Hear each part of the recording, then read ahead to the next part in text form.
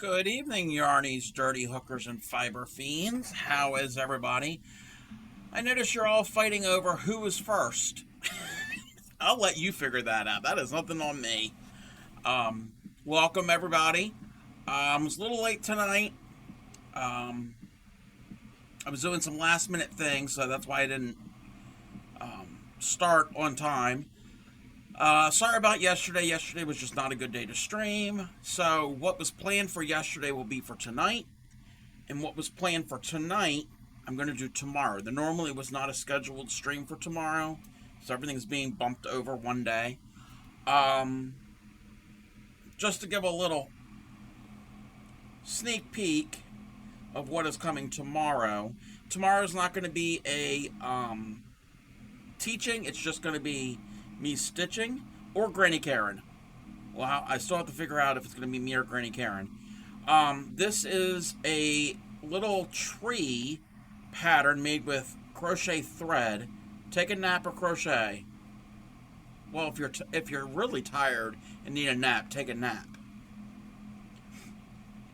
This is a paid pattern. This is a little tree. This is the small one. In the pattern, there are 3 sizes. This is the small one. It hasn't been starched and blocked, so it's supposed to be a little more pointed at the top. I have to form it and everything, so I don't know how well you can see what it will look like, but it's a 2-step process. You make the center cone, and then when you're done, you do the little branches, and you can make it in any color. This will be for tomorrow, like I said. The pictures have it in white, and when we do it on stream, we will do it in white. All of these small things, like last week, the Victorian lace fans have not been blocked and starched yet. So anything that's like that these small little pieces that have to be blocked and starched, like next week's angel, which we're gonna decide tonight what angel is going to be done next week, and also the following week we're going to do this bell. All of these things, once they're all made, I'm going to do off stream, just block and starch everything all at once in one batch, and then once they're done on a stream, I'll show them off how they really should look, because they look a little misshapen at the moment. So that is what is coming up tomorrow, this cute little tree. And again, there's 3 sizes in the pattern. This is a paid pattern. All of these are paid patterns. The fan, the angels, the tree, the bell, they're all paid patterns. I will give the link to you. They're all from Etsy. So if anybody wants those, that will be available. So I finished that. Yes, it's misshapen. It still had, like I said, it has to be blocked and starched, and all these little branches have to be just so, and everything. So for these, I have to make put some like plastic wrap or a plastic bag in there to keep the form, and then I have to soak the whole thing in the starch solution, and then do everything, and yeah. So looks a little weird right now. All right, how is everybody? Such a handsome group of dirty hookers. Thank you. One other bit of information. I am so proud of myself. This just happened within the hour. Actually, last night I watched some tatting teaching videos that the Traveling Tatter had recommended. If you're not following Tatter, which I'm assuming, I think most people here know of Tatter.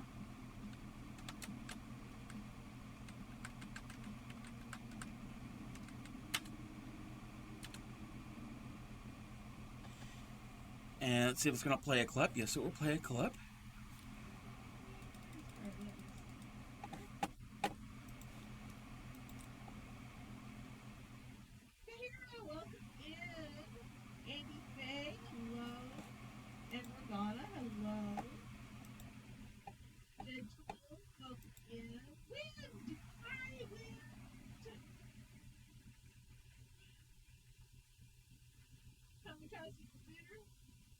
if you're not following Tatter, definitely follow her. She shuttle tats. She uses, where's it at? Where did my...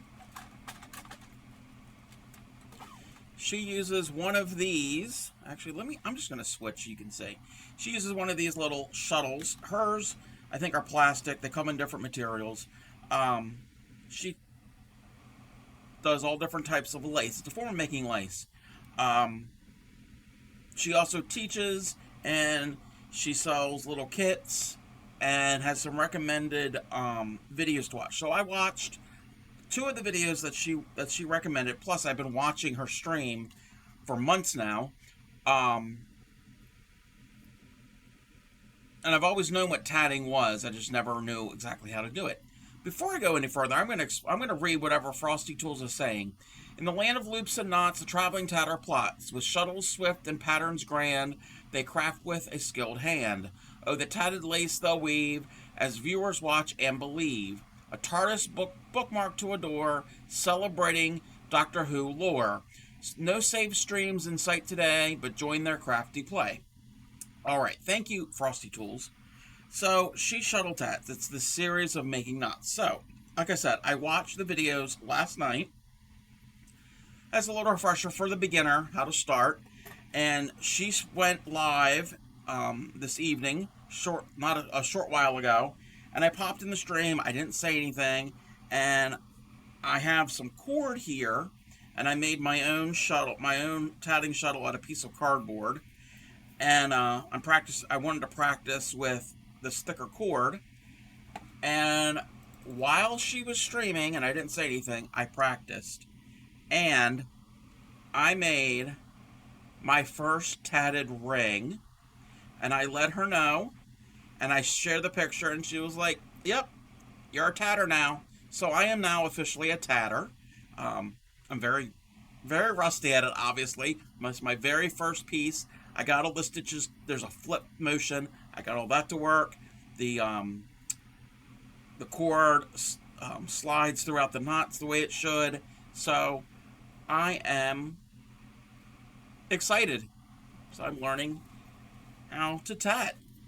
And that's something I wanted to do for the new year. So I'm going to practice, and hopefully I can make some really cool looking things. I'll end up using some of the other thread, the same type of thread that we use for the doilies and the tree and the fan and the bell and all the thin lace weight cotton thread. So just wanted to share my news that I know how to do the basic knot, and that's pretty much everything's based on, according to the Traveling Tatter. Hey there, Blue Raven, how are you? So, tonight we are going to make this. Thank you for shouting out, Blue Raven, Fairy Dust.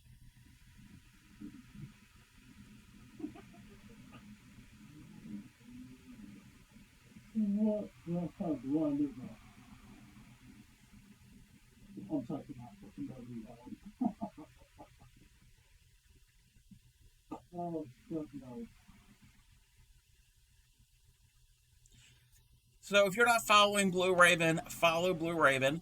They do everything. There's a whole laundry list of things that they are interested in what they do. So check them out. And I want to thank Blue Raven and Knitter Girl and Fairy Dust. I think those are the only mods I have currently in the stream.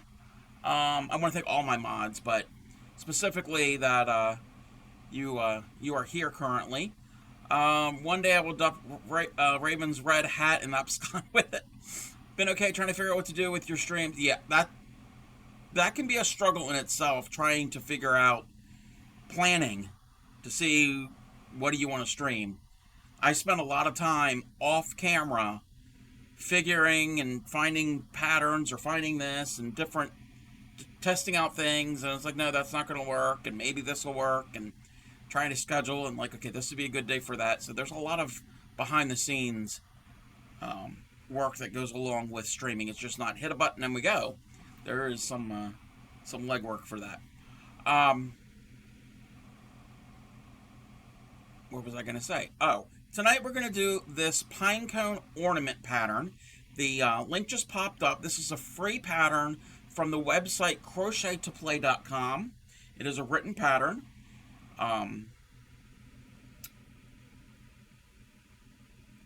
I made this. I also made a white one because I wanted to see the stitches.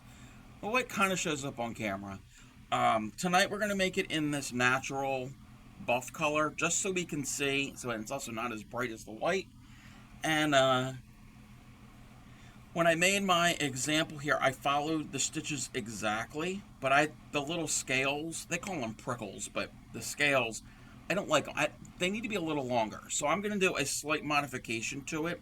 All these little scales are 2 double crochet clusters, meaning the bottom of each stitch, so there's 2 double crochets, so the bottom of each double crochet meet in the same spot, and the tops all meet in the same spot. So it's not a fan, and it's not a what do they call it, a bobble? Maybe these are bobbles. Anyway, it's real easy to do when we get to that part. So it's a two-step process. You make the center and you stuff it, and after you do that, then you go around. You start at the bottom and you go around to make the scales. So it's a 2-step piece. You were outside shoveling snow. I'm sorry. I don't like snow. Hopefully you're warming up and it wasn't too bad. Thank you for the hydrate, Blue Raven. You have different colors. You can have them all. Thank you for the stretch. Lord bless this, thy holy hand grenade, that it might blow thine enemies to tiny bits in thine mercy. It does look like a hand grenade. So hopefully, if I make the scales longer, it won't be as much of a hand grenade. There are plenty of other 3-dimensional pinecone ornament patterns online, and this was kind of one of the simpler ones. I didn't want to do anything too complex, because tomorrow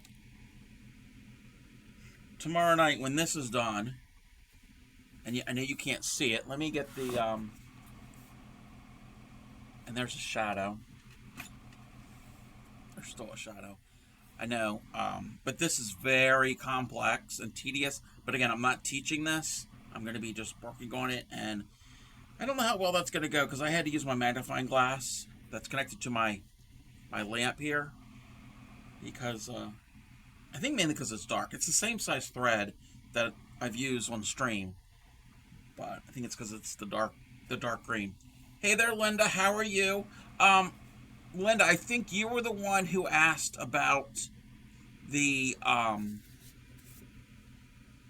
pattern for the pine tree stitch that we did on Monday. I put a link of a PDF that I typed up of the corrected pattern. Technically, I shouldn't be doing that, but there was a mistake in it. It needed to be, what do you call it? Recorded, or whatever the word is. Anyway, so, but you do have the access to that's in the pattern section to the Discord. Did I post? Let me check something. Let me see if I did it. If not, I still have to post the link to the pattern. Actually, I'm going to do that right now. I can do it right here.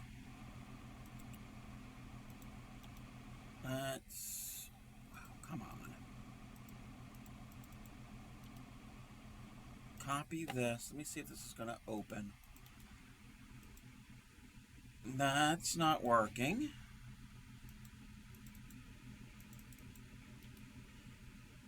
Copy. Yeah, here we go. I'm going to, we don't need to upload a file. I'm just going to copy a link. I just put in there the link for the pine tree ornament that we did the other night. So that is now in the pattern section um, in the Discord. Oh, I need to bring my music back. We were doing those shout out and clips. Addressed, yes. Corrected. Burned at the stake. Redressed with ridicule. No, I wouldn't go that far. Okay. So, this is. I'm not all there tonight. I'm not all there all week. Before you start, yes, so. Oh no, what are you going to do? Oh, that's one thing. I did change the points for some redeems. I've upped some of them.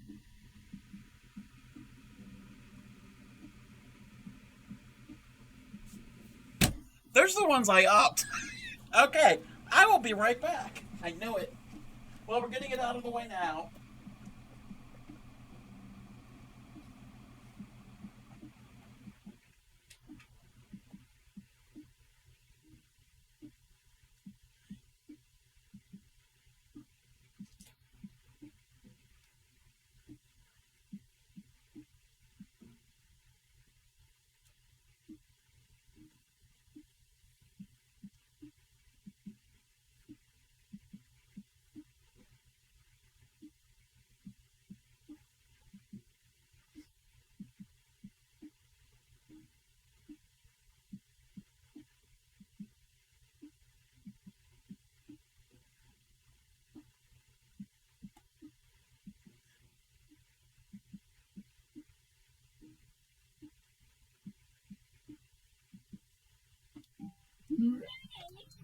Oh no.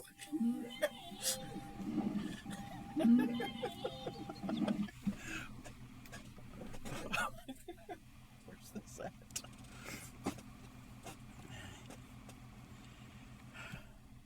Welcome in, Raiders. How are you? As soon as you raided, I was in the middle of putting on some attire for a Channel Point Redeems. So, welcome in, Dueling Needles. I gotta catch up with chat. First of all, can I say the Holy Trinity? Hey there, Upcycly. Dueling Needles, what were you working on? How was your stream? In the land of streams with big and small, dueling. Oh, wait. It's Pisces. I always read your name as Pieces. I'm sorry. Dueling Pisces crafts with joy, never a stall. Wait, let me reread that all over again. In the land of streams, both big and small, dueling Pisces crafts with joy, never a stall. With wigs and stitches, they dance and sway. Cos calls it chaos.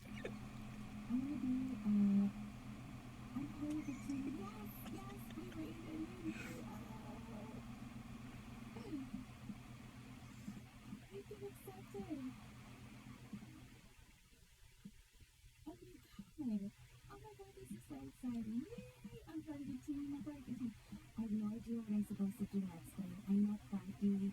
The crafty club accepted. So Thank you for the shout out for Upcycly. If you're not following Upcycly, definitely follow her. Also, follow Dueling Pisces. Now, let me read this one more time. In the land of streams, both big and small, dueling Pisces crafts with joy, never a stall. With wigs and stitches, they dance and sway, cosplaying Niku for mental health hooray. From spooky games to crafting galore, the ADHD magic opens every door. Follow along, join the crafting quest, for in dueling Pisces world, creativity's best. So let me catch up with some stream here. Hertzu's being a menace. Welcome in, Raiders. Welcome. Today wasn't a work stream, but a game day for mental health. Always good to take mental health days or things for your mental health. That's very important. You get to see the donkey song from the beginning. Yes, you do. Yes, that poem is cute. Actually, let me read the one for Upcycly. In the land of crafts so cozy and bright, Upcycly streams in the morning light.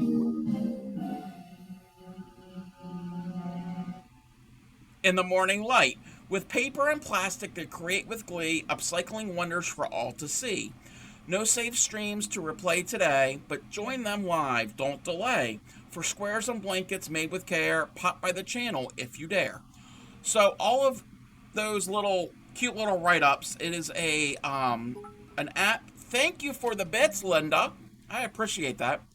All of those little blurbs, they're AI generated. It is an app called Frosty Tools. I know Vintage SoGal.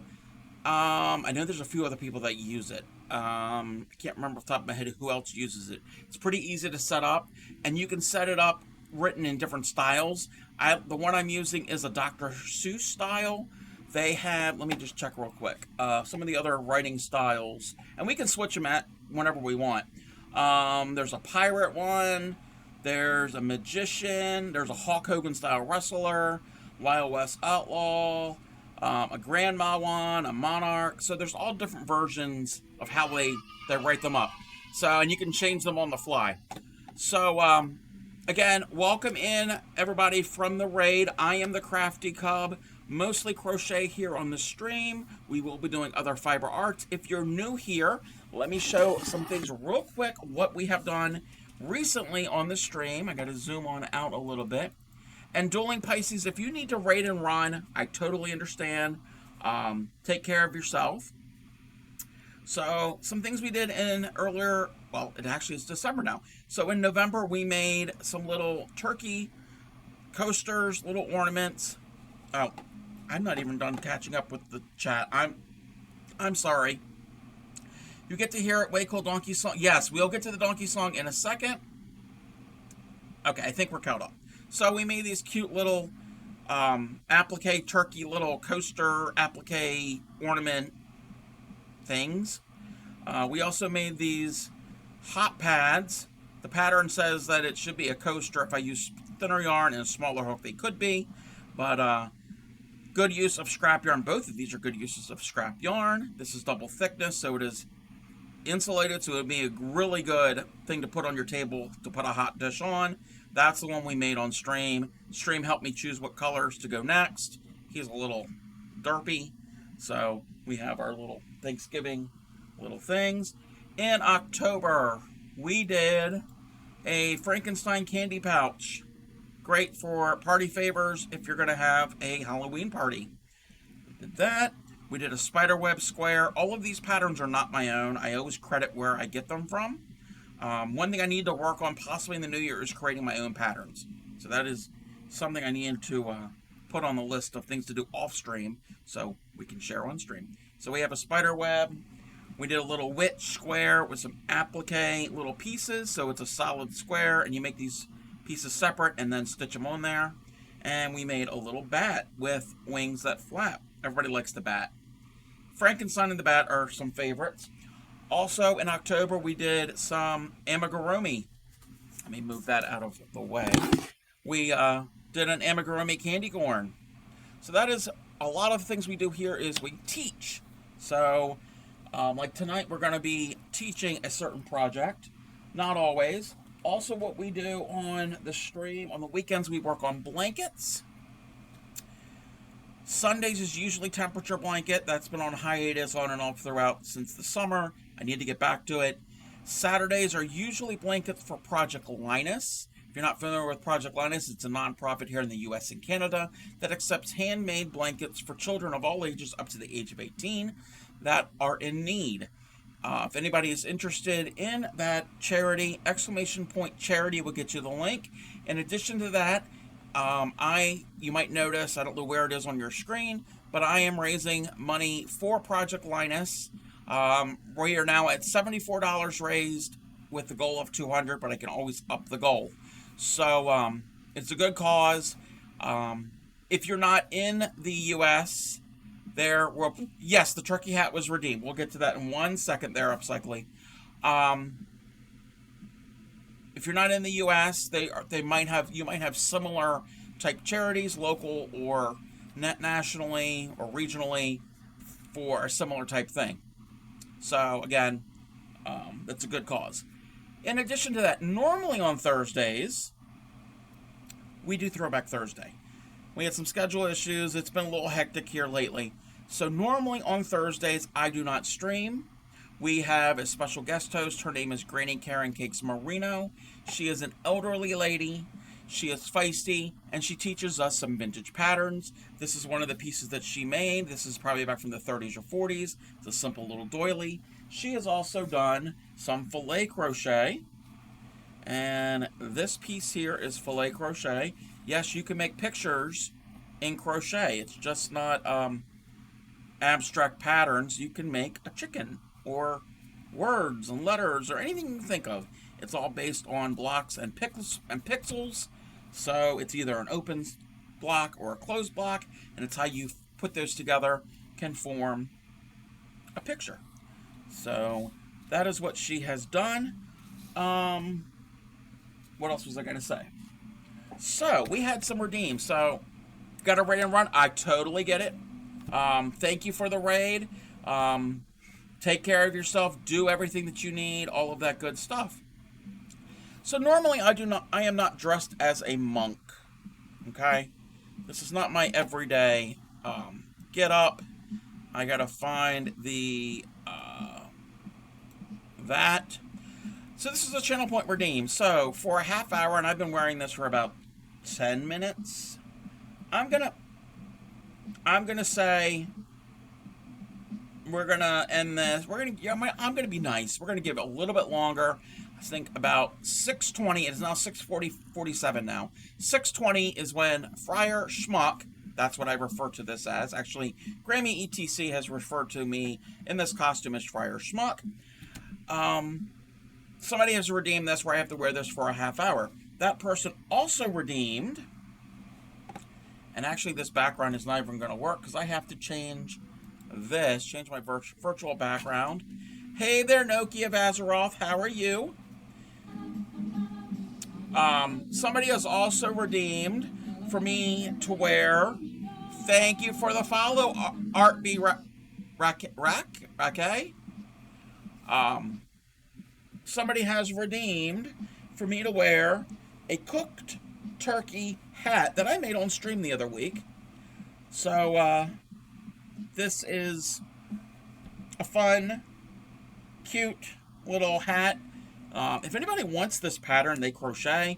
Exclamation point turkey hat. I think that's what I named it. I mean, that would make sense. Exclamation turkey hat will get you this free pattern. And then there are sizes from toddler to adult. So you can make it any size that you want.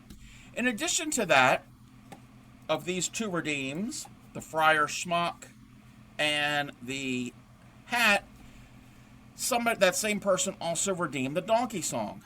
So, if you're not familiar with the Donkey Song, and you want to listen to it, I'm giving this warning. If your ears are sensitive, if you are on certain medications, if you frighten easily, if you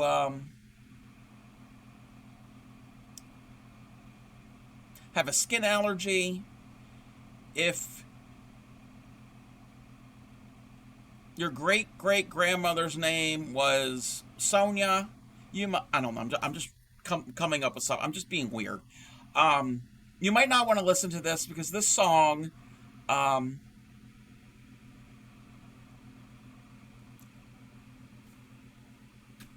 it's this song.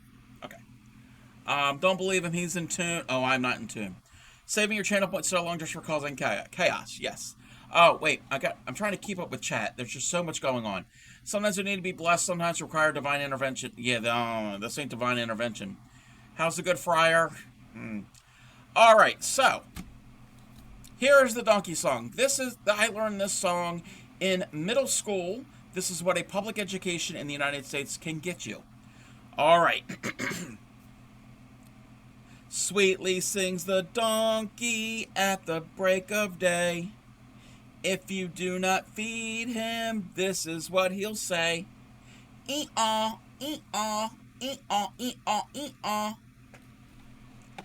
Thank you, Sue, for those redeems. Now we can get back to more important measures. I'm going to leave the background like it is so you can see the hat. So you actually got I'm giving you extra minutes for this redeem.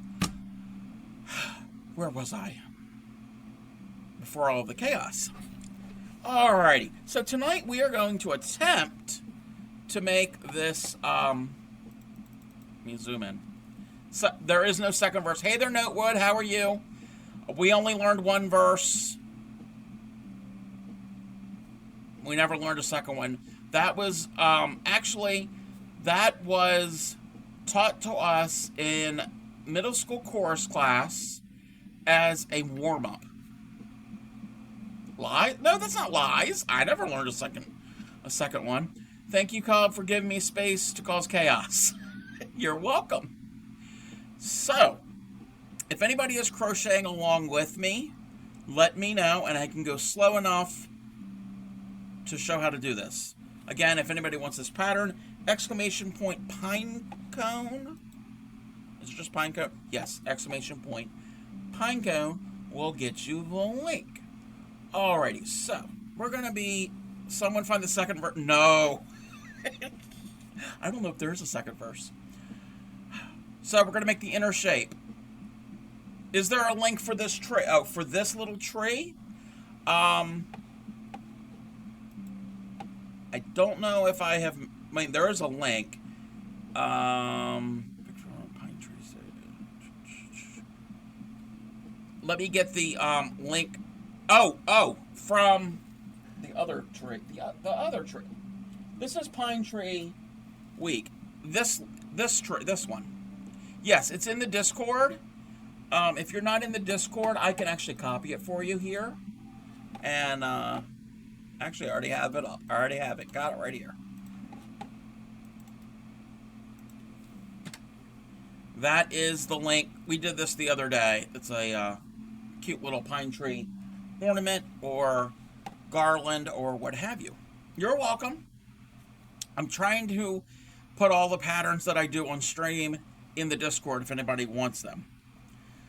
Alright, so where are we? Let me see if I can get started.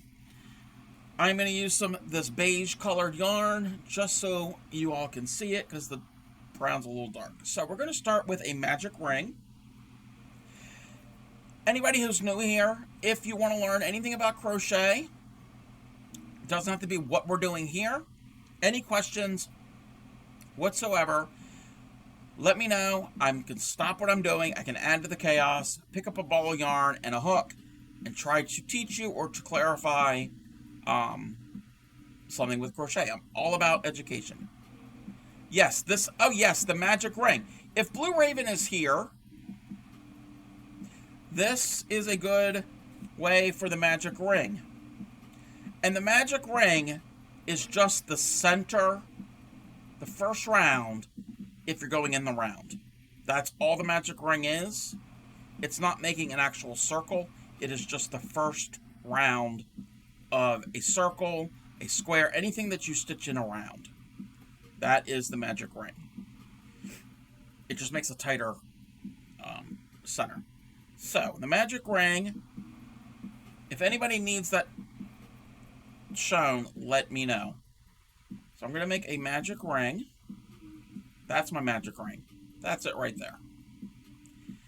And in the magic ring, we're going to put first I'm going to chain one. That kind of locks it. That is, you know me, upcycly.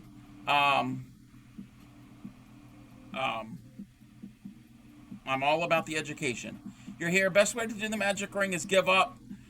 No, don't give up. All right. I'm going to show it real quick. Again, if you're not stitching along with me, I'm just going to show it. Maybe watching it a few times over and over again might kind of help. So the way I do a magic ring, I lay the tail of my yarn in my hand, palm up, and I wrap it around my two fingers, my index and middle finger. And when I wrap it, I form an X. Okay? So I go wrap it, form an X, and I put my thumb on the X, and I turn my hand, and I put the tail here in between my fingers. You can even put it between your pinky and your ring finger. It doesn't matter. I'm going to take my hook pointed down towards my hand, under the first strand and over the second strand.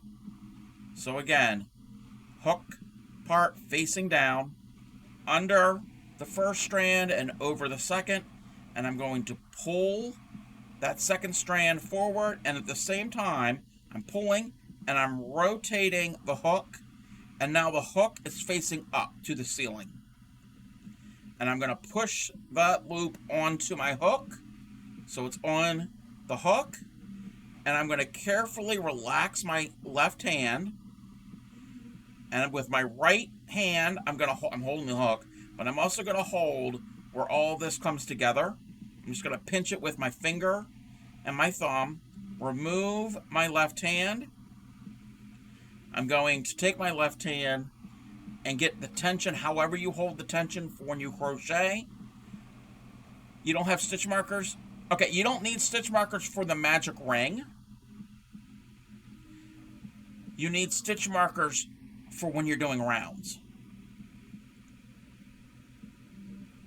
And you don't have to have stitch markers. You can use little bits of yarn, contrasting yarn. So use a totally different color yarn. You can use paper clips. You can use safety pins.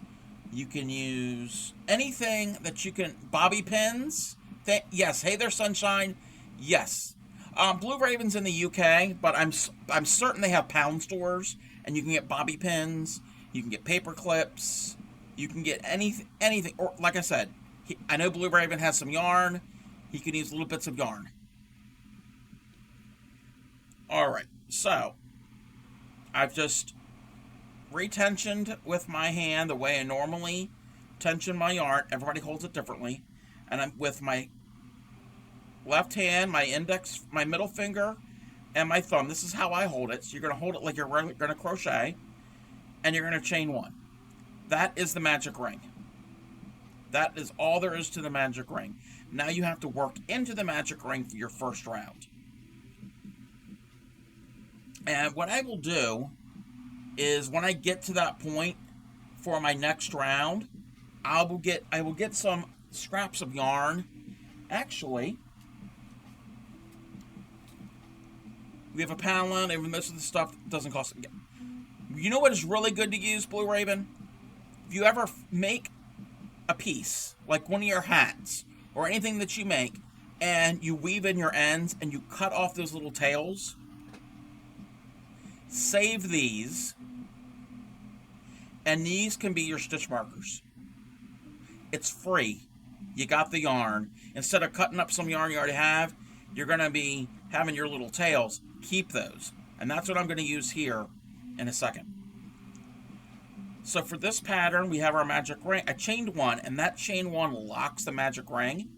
And into the magic ring, I'm going to keep this open with my fingers. We're going to put 6 single crochets. Again, I use US terms, so we're going to do 6 singles. 1, 2, 3, 4, 5, and 6. So you have your 6 stitches. That is your first round. I'm going to take my left hand completely out, and I'm going to untwist these tails. You have 2 tails here for the magic ring. You've got your ring, and you've got this tail. And I'm going to pull on that tail while I'm holding my stitches, and that will cinch it up. And hey there, Black Rose, how are you? So I'm going to cinch it up, and I got to check one thing. Let me see if they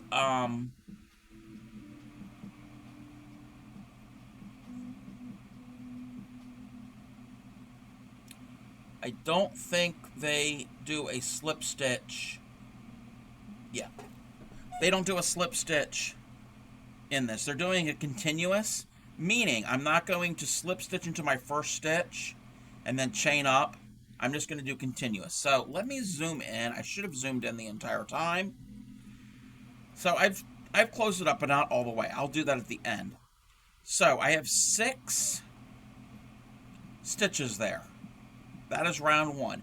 This pattern, for the beginning, it is a base of 6. Meaning, each round, it's actually going to be the first 3 rounds, are going to increase by 6 stitches. So the first round's going to have 6, the next round will have 12, the next round will have 18. So, in the very first stitch that we made, so we have our 6, in our very first one, and this can be difficult because I stitch tight. In your very first one, I'm going to put in a stitch, a single crochet, and another single crochet. Actually, forget what I just did. Sorry about that. So we have our magic ring and our 6 stitches in the magic ring. I forgot this. I'm going to get a blue scrap of yarn. One of my little snibbles, your little ends that you cut off from when you weave. So, what you can do, we're going to move everything off to the side. This is the end of round 1. I'm going to take my blue yarn and I'm going to lay it here. I'm just going to lay it just like that. I'm going to pinch it on either side of the circle. So keep that in place. And then your very first stitch that you made is now we're going to work into that for the next round. So in that stitch, we're going to put in 2 singles, and this blue yarn is now locked in that stitch, and that is going to mark the end of round 1 and the beginning of round 2. You don't need a stitch marker. That blue yarn is my stitch marker. So that was 2. The next stitch gets 2. The next stitch gets 2. The next one gets 2. And the next one gets 2. And the next one gets 2. And we should have 12. If not, we will see. So I'm going to stop and I'm going to count. 1, 2, 3, 4, 5, 6, 7, 8, 9, 10, 11. The crafty cub must have miscounted somewhere. 2, 3, 4, 5, 6, 7, 8, 9, 10, 11. And the beauty about crochet, you can always rip it out and start over. So we're back to where we began. My stitch marker is in place, and the first stitch gets 2. I'm going to count it this time. Yes, I had the frog. So 1 and 2. And the way I do it, if I'm going to increase, that's an increase. You put 2 stitches in 1 stitch is an increase. Anytime when I count, and I count out loud, even if I'm not streaming, if I'm practicing a pattern, I will say it out loud. So 1 and 2. Anytime I say the word and, that means those 2 stitches are in 1 stitch. That's just the way I do it in my brain. So 1 and 2 are together, and then the next one gets stitches 3 and 4 in that same stitch. The next is 5 and 6. This is 7 and 8.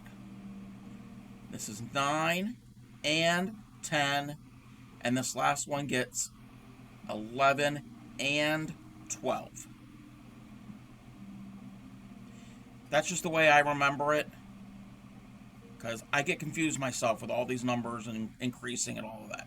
So that is round 2. So we went from 6 stitches to 12. 6 plus 6 is 12. So we've added 6 stitches to that round to make it wider. We're going to do the same thing for round 3. So we have 12 stitches. We need to have 18. So we can put in another yarn for a stitch marker. You can rip the blue one out, but I'm going to leave it in there. And they're just sitting in there. They're not being stitched down. So I'm going to place that right in there after that last stitch. So I've got my brown, and the contrasting colors will help you see it. All right, so for round 3, I'm going to do little repeats of 3 stitches. Meaning in the first stitch here, our very first stitch, we're going to have one stitch. And this for this round is actually, this round's a little slight variation, but I'll get to that in a second. So the first stitch will get one stitch, and then the second stitch will get stitches 2 and 3. The third stitch will get one stitch. The fourth stitch will get stitches 2 and 3. So we're doing little increments. We've got 3 stitches here, 3 will go here, 3, and so on. And if we do the math, when we get to the end, that will add up to 18. For this pattern, for this pinecone pattern, the variation is we're doing single crochets but back loop only. That's only for this pattern. So in the very first stitch, back loop only, we're going to do 1 single crochet. And in the next stitch, back loop only, we're going to do stitches number 2 and number 3. And the way I remember it is there are groups of 3. We're on the third round. So the next stitch gets 1 stitch, and the next stitch will get stitch 2 and 3. It's easy to remember. You're in the third round, so you have groupings of 3. This stitch gets 1. This next one gets stitches 2 and 3. This grouping here for these 2 stitches, this first one gets stitch number 1, and then this stitch gets stitch number 2 and stitch number 3. Remember, when you say the word and, you're putting 2 stitches in one, that's increasing. So that is where anytime we increase, that's where we're adding those 6 extra stitches to the round. And the reason you add evenly is that part will lay flat. Obviously, we're going to make a pine cone, it's not going to lay flat, so at some point we're not going to do the increases. But for these first 3 rounds, we do increases. So this first stitch gets 1, and this next stitch gets stitches 2 and stitch number 3.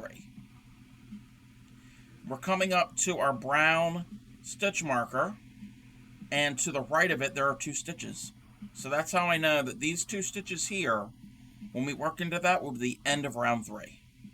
So this first stitch is stitch number 1, and this next stitch is stitches 2 and 3. Okay. I don't worry about tightening up my magic ring until I get a little bit more so I have something to hold on to. I mean, you could tighten up now if you want to, but it doesn't matter. Alrighty, so that was round number 3. So round number 4, for this pattern alone, again, we're not making a flat circle, we're making a 3-dimensional shape. So for this pattern alone, each stitch gets 1 stitch. So we're going to have 18 stitches in this round also. So not to confuse anybody, I am going to put my little stitch marker in place right after that last stitch of that previous round. So that marks the end of round 3 and then the beginning of round 4. And each stitch all the way around for this round gets 1 stitch. Again, this project we're not chaining one and we're not slip stitching, we're not doing any of that. We're kind of working in a spiral. And there's no right or wrong way. There are some patterns you do that. Some patterns you do the slip stitch and then chain 1 and then do your increases however the pattern's written. It's just a different technique to make a circle. Alright, so each stitch for this round gets 1 stitch. This is not back loop only. This is a regular single crochets. So that was 2, 3, 4, 5, 6, 7, 8, 9, 10, 11, 12, 13, 14, 15, 16, 17, and 18, and that 18th stitch is to the right of my last stitch marker. so I know I counted right. Thank you, Upcycling. And I noticed that it's curling, but we want it to curl because this is going to be a three-dimensional item. It's going to be a pine cone. We don't want this piece to be flat. If you want it to be flat, you would do your increases differently. You would actually increase on this round instead of just one in each. So if you're trying to make it flat and it ends up like this, it means you weren't doing increases. So that is round number 4 is done. So I don't need all these stitch markers. I'm going to remove the blue one here. I'm only going to work with these 3 pieces of yarn. So I'm going to remove the blue one. All you got to do is just pull it. We don't need to do anything with that round anymore. So just pull it and then put that piece of yarn right after that last stitch, and we can proceed to the next round. This is what people did before they made stitch markers. Stitch markers are just a convenience thing. They're not a necessity. So you can all, like I said, you can use scrap, you can use whatever you have in hand. Anything to mark the round, the row, the stitch. So that was round 4. So in round number 5, we're doing back loop only and 1 single into each round. So again, no increases on this. So each stitch gets 1 stitch and it's back loop only. So 1, 2, and so on, all the way around. I'm not going to count. I'm going to know when I get to this stitch, that's the last one of the round, because this is where my stitch marker is.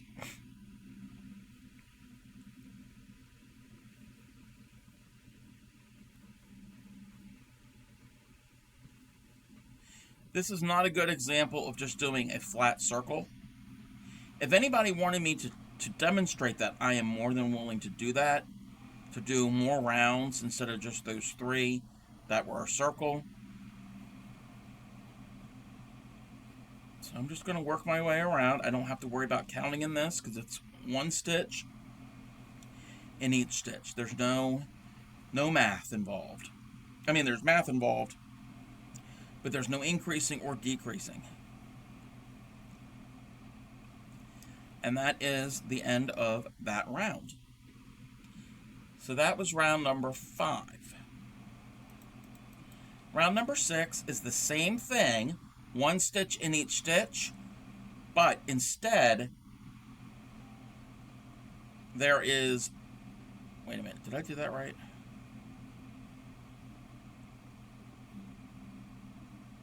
Yeah, I did that right. This round will be 1, 2, 3, 4, 5. Wait. I lost count of my rows. 1, 2, 3, 4. That was round 5. That should have been back loop. Was that back loop? Give me one. Yeah, I was doing back loop only. Yes, I was doing back loop only. Because, if I'm correct, it forms this ridge. Might try the new year to making these? Yes. What I would recommend is to master a flat round circle first before you get into anything that's 3-dimensional, because getting the count and everything, and then once you get that understood, then do some of the 3-dimensional stuff. That was round number 5. So round number 6 is the same thing. 1 stitch in each stitch, but they're regular stitches, so no back loop only. But before that, I'm going to put our stitch marker. So I'm going to remove my brown, because I don't need that row anymore. And I'm going to put in my stitch marker right after that last stitch that I made. Just nestle it in right there. And then it's 1 stitch in each stitch, but they're regular stitches. It's not back loop only. And you work your way all the way around. So we're going to go to add here. And this is a good time for anybody to use the restroom, get something to eat, stretch, get something to drink, and we will be right back. Let's all go to the lobby. Let's all go to the lobby. Let's all go to the lobby. to get ourselves a treat.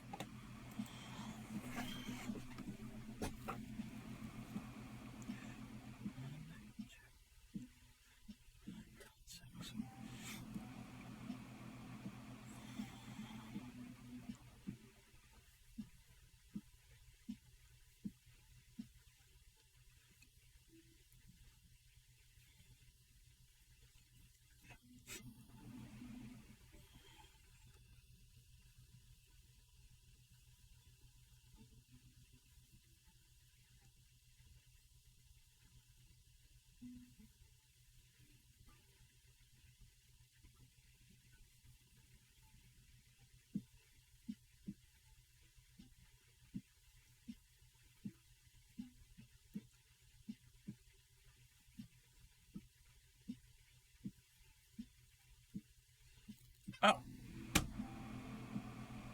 I didn't even go to the ad break thing. I am so sorry. Normally I have the ad. I'm sitting here just. Welcome back, everybody. Thank you for sitting through the ad. I wasn't ignoring everybody when everybody came back. As you can see, I just finished round number 6. All I did was one stitch into each stitch. So that is round number 6. Let me get some more light for myself. Did you finish the square? Oh yes, I didn't even mention that for Upcycly when Upcycly came in. She is working on a project. It is a blanket. It's got 63 different squares. Each square is a different stitch, so it's kind of a sampler pattern. And you're using your late mother-in-law's yarn, and it's going to be a gift for your stepdaughter. So it's got some sentimental parts to it, and it's a good way to learn new stitches. Finish the square. I'm starting on the next one. Show you guys in the morning. Yes. And Upcycly streams usually 7 a.m. Eastern, I think.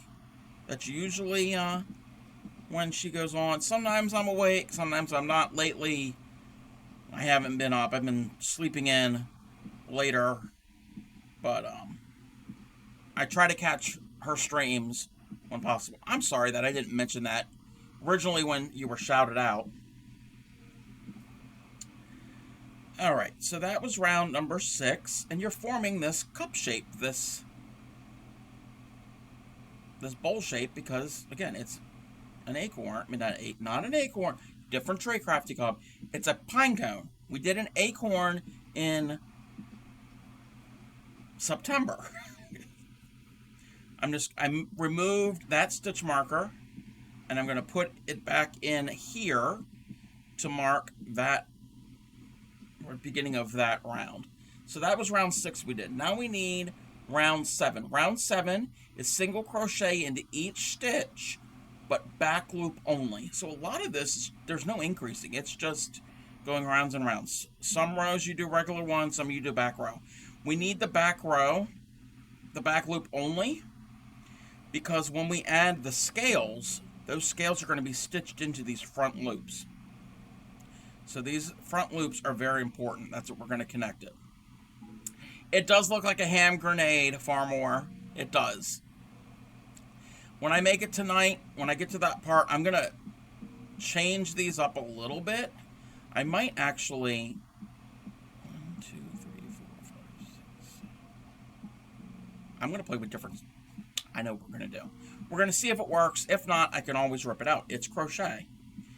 How are you, Farmore? So round 7 is back loop only, single crochet into each stitch. So 1 into each. I'm not even counting because my count was fine at the early rounds. You can make it black and get... Yes, you could. I'm going to do a variation on this. The, Yes, they have camo yarn. I've used it before. So if you know anybody who's military or into military stuff, doing okay? I'm not a big fan of the camo yarn itself. I mean, there are worse colorways in my opinion, but that would be a way to use some of them up. So, yeah, when we get to these scales, we're going to do some variations. Even though the pattern doesn't do that, I'm going to do it on my own. So we did back loop only for that round. That was round 7. There are a total of 12 rounds for the base part before we get to the scales. So that was round 7. I'm going to remove that stitch marker and I'm going to put in the next one. Put it there. Round 8 is single into each stitch, regular single crochets. The hardest part of this was the first couple rounds and the some rows are back loop only, some are standard stitches. Soon, when we get to some of these other rounds coming up, we will do some decreases to close it off, because obviously pine cones aren't just hollow in the center.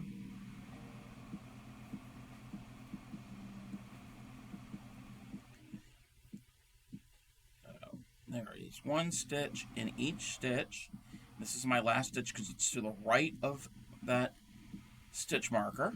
And when I say stitch marker, I mean these strands of yarn. So that was round number 8, right? Yes, that was 8. Round 9 is one stitch in each stitch, but back loop only. It's the same thing. So I'll remove that.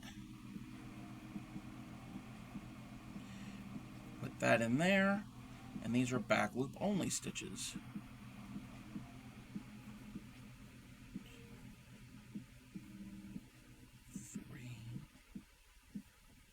Why am I counting? I don't need to count. I mean, if you want to count, that's fine. But I trust what I did before, and I'm not doing any increases or decreases. And I put my stitch marker where it needed to be.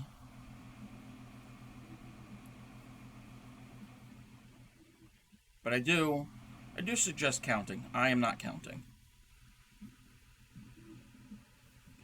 Do as I say, not as I do. That type of thing.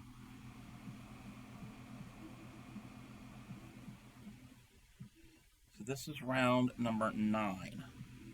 And like I said, there's 12 rounds for the base of the pine cone.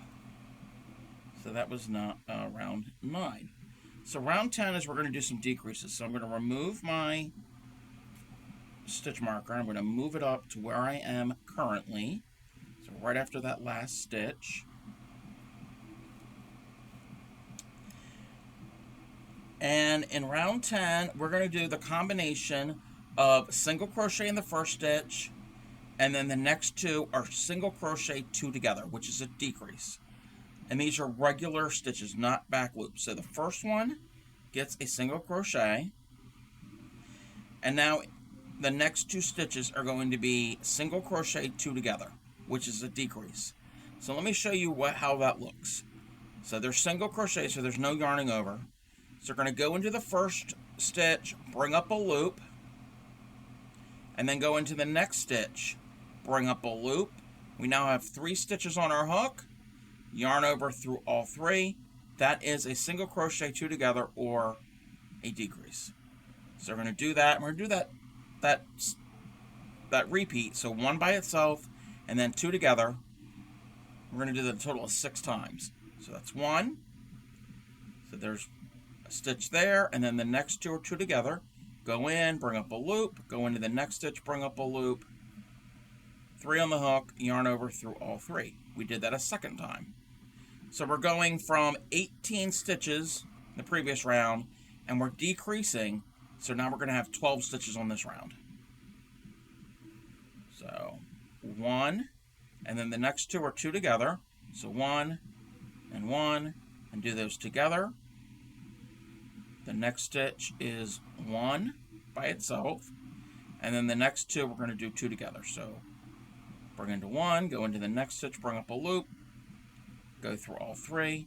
So it's transforming 2 stitches into 1 stitch. 1 there, and then those are 2 together. When we get down here to the right of our stitch marker, we have 3 stitches left, so our count was right. So into the 1, and then these last 2 are 2 together, and that is round number 10. Now we're going to have to get the stuffing out because it's going to get too small to do anything. What I should have done, and it's not super important, I am going to remove those 2 stitch markers. I'm going to make my loop bigger. And what I will do is, I should have done this when it was shorter. I didn't, but I'm going to turn it inside out, and I'm going to pull the tail to tighten up my magic ring. If you want, you can weave that in. I'm not going to weave it in. I got a long enough tail. There's going to be stuffing in there, so I'm not worried about it. So I'm going to put it back the way it should be, and my tail goes in there. I'm just going to let it sit right in there. And we need to get some stuffing. So that should be more than enough. I can remove this stitch marker because all I need to do now is I'm going to put a stitch marker right there. That was my last stitch of that round, so I don't need to have any of the other ones at the moment.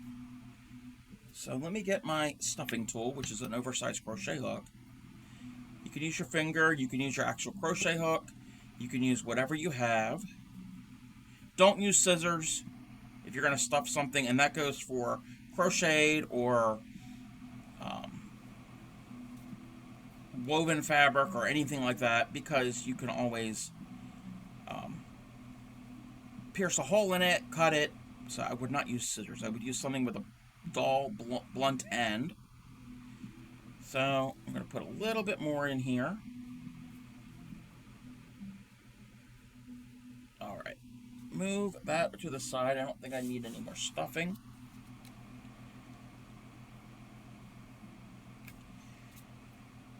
I'm not going to put the stitch marker in because I kind of know the next 2 rounds.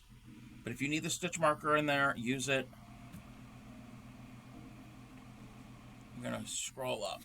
So we have 12 stitches because, again, that round we did the decreases.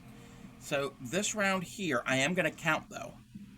We're going to do back loop only into each stitch. So, and they're single crochets. It's 1, 2, again, we're going for 12, 3, 4, 5, 6, 7, 8,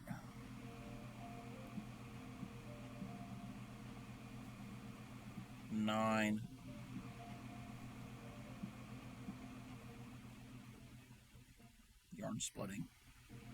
10, 11, and number 12. So that is row number 11. And we're getting this little nugget shape. You just learned back loop this year. That it can make it stretchy. You have to worry about, you have to keep an eye on your tension. So, but even with that, you can reshape your piece. Blots or blocking would come in handy if it gets misshapen. So we have 12 stitches there. And now for the last round, we're going to do, oh, it's time to take that off. I'm not going to take off the Friar Schmuck thing at the moment, because it's, you guys got a lot of turkey hat and Friar Schmuck and all that good stuff tonight. So we will remove that. I'll remove the Friar Schmuck here in a second. Wanted it to be a stretcher? Yes. Yes, if you want it to be stretchy, that could help. Also, there are other stitches that are stretchy. There's like a rib stitch. Can help with things being stretchy. So for round 12, which is our last round of our base shape, we're going to a single crochet 2 together 6 times. So those are just decreases. And we're going to do regular ones, no back loop only. So in one, in the next, yarn over, that's 1. In one, in the next, yarn over through all 3, that's 2. In one, in the next, yarn over, that's 3. Just counting. Yarn in one, in the next, that's 4. In one, in the next, that's 5. And then in one, and in the next one, that is 6. And then what we're going to do is we're going to do 2 more additional single crochets together. So in 1, in 2, go through and do this one more time. 1, and this is the little tricky part. And 2, and there we have our base. We're not going to fasten off. We're going to leave that there, and now we are ready for the scales. So before we do that, I'm going to go get rid of the Friar Schmuck costume, and I will be right back.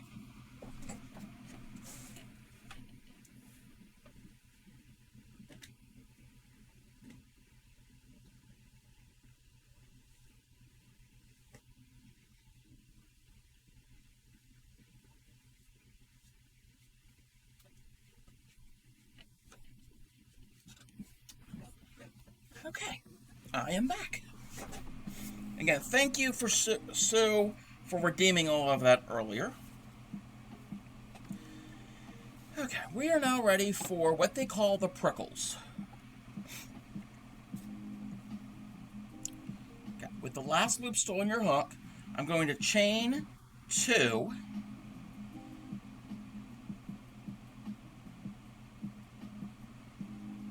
Let me double check this.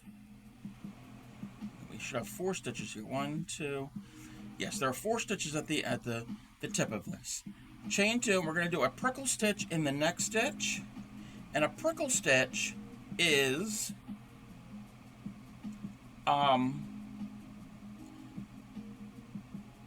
forgot exactly what it's called. So we're going to yarn over, go into the stitch, bring up a loop 3 on the hook, yarn over through 2 and stop.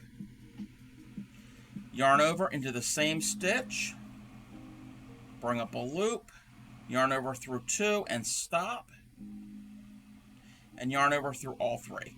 That is the prickle stitch. We're now going to chain 2 and slip stitch into the next stitch.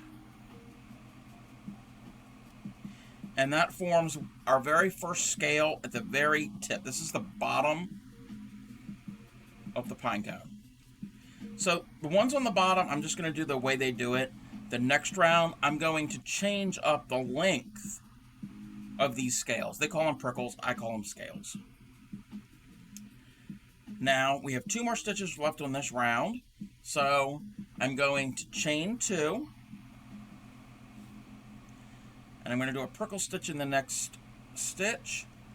So yarn over, bring up a loop, go through 2 and stop, yarn over into the same stitch, bring up a loop, yarn over through 2 and stop, 3 on the hook, yarn over through all 3, and then we're going to chain 2, and in the very next stitch, slip stitch. So that is the first 2 little scales. Now, we need to jump down to our 2 rows. So that was 12, that's 11. When you go to the top of row 10, where all of these front loops are, that's what we're going to work into. So now we're going to turn it, and we're going to work this way. We're going to work towards the top of the pine cone. Okay, my stitches are a little off. It's a little wavy here, but that's fine. Maybe I should have done the slip stitch. It didn't say do the slip stitch join. I just did the spiral, but it's fine. You're not going to see all this. So we need to jump down. I got to remember how to do this. To the work 1 prickle stitch sequence into a post. Okay, that's what we need to do. We need to do one of those prickle stitches into around one of the posts of this round here. So it's going to be, it's not going to lay flat. It's going to lay this way. It's going to look weird, but you can manipulate it to make it work. So a prickle stitch is we're going to chain 2, and then we're going to yarn over, and we're going to go around the post of this next stitch that's right here, and do the yarn over through 2 and stop, yarn over around the post again,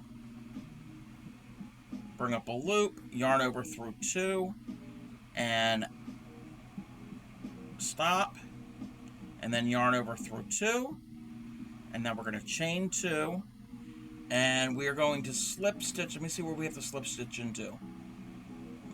Chain 2, into the front loop of, okay, and then in the front loop of that stitch there, we're going to slip stitch into that front loop.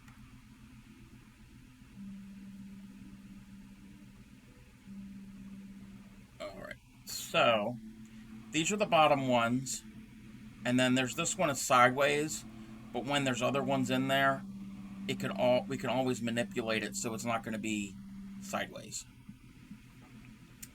We're now going to work our way around this way, all the way around in those front loops. Let me see. With the others, let me just double check something. Upside down, and then we're working the front loops. Chain 2. Alright, yeah. So we're going to chain 2. And we're going to do our prickle stitch in this next front loop here. But I'm going to change it up. Instead of yarning over once, I'm going to yarn over twice. I'm going to make a taller scale. So yarn over twice, go through that front loop, bring up a loop. I'm going to yarn over through 2, yarn over through 2 and stop. I'm going to yarn over twice, go through the same one, bring up a loop, yarn over through 2, yarn over through 2, 3 on the loop, on the hook, yarn over through all 3, and I'm going to chain up 3 since it's a taller stitch, and I'm going to slip stitch in the very, very next stitch. It's the front loop only. So I made that scale a little bit longer than what they called for. And this next scale, I'm going to make what they suggest. So I'm going to make a normal one. So I'm going to chain up 2, yarn over, go in to that front loop only of that stitch, yarn over through 2 and stop, yarn over again into the same loop, bring up the loop, yarn over through 2, 3 on the hook, yarn over through all 3, and now chain 2, slip stitch into the next front loop. Hopefully that was not too confusing. It probably is. If anybody has any questions, you can always reach out to me, or you can stop me right now and say that was all a totally different language. So now this next one, I'm going to do a tall one. I'm going to mix them up because real pine cones, all of their scales aren't the same size. They're different sizes. So I'm going to chain up 3, yarn over twice, go into the next loop, and then go through 2 and through 2 and stop. I'm going to chain my yarn over twice into the same thing, yarn over through 2, yarn over through 2 and stop, yarn over through all 3, and I'm going to chain 3, and the next one gets a slip stitch. We're basically going to do that thing all the way around, and when we get back to our first one, wherever that is, like around here, we're going to do the same thing and work our way up, row by row. So this next one, I'm going to do a normal one instead of an extended one like I'm doing. I think the variation would, hopefully it'll look right. Oh, I didn't ask this earlier when I first started stream. I'm so bad. I'm a bad streamer. What is everyone working on tonight? If you're working on something, or if you currently have something going. I know there were some things posted in the Discord, and normally... Hi, Gary. Normally we do Discord right after the ad break. When I get a little bit more further along on this, we will do the Discord. So I didn't forget about that. I know there's at least 2 things posted over there. How are you? What's going on?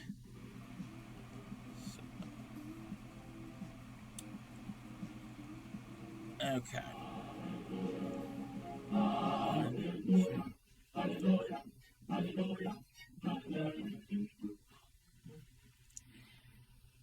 Chaos Part 2 is here. Sue was here earlier and redeemed the trifecta.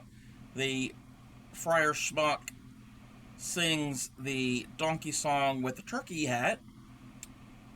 Fairy Dust is working on a scarf. I think that's the scarf that you had posted in the Discord. I saw it briefly. I didn't really inspect it. And I think someone else might be working on a scarf, if I am certain. I'm not really certain. So I'm just switching up smaller scales with larger ones. Again, this is my variation on it. Relaxing on busy week. Oh, I know how it is about having a busy week.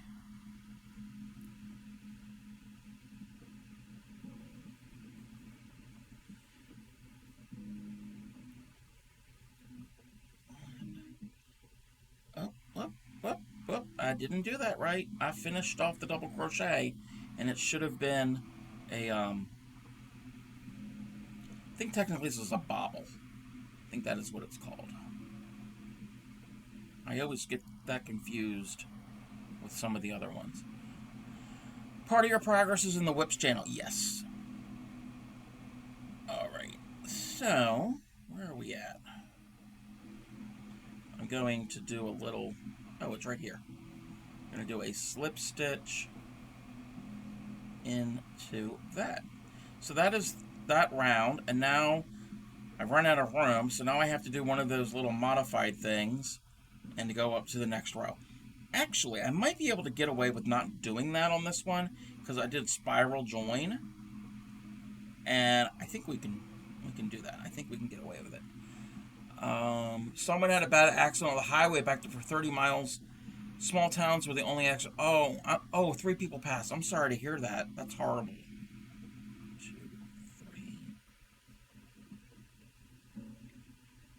3. That is not good.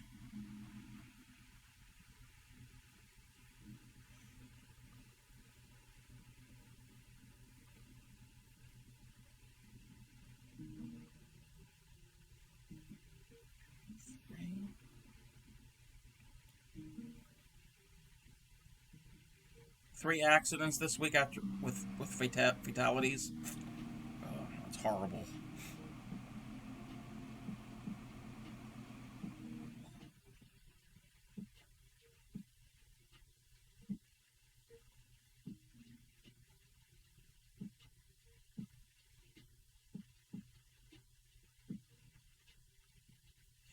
But are you doing okay, Gary?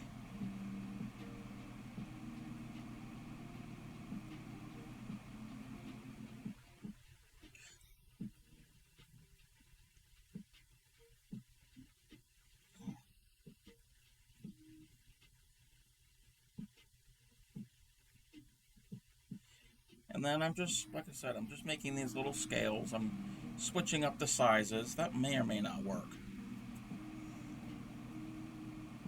So that was a large one. I'm using some bobbles, a bit of camel stitch, a bit of moss. Working on it, still trying to decide if I want to put an edging. Nice.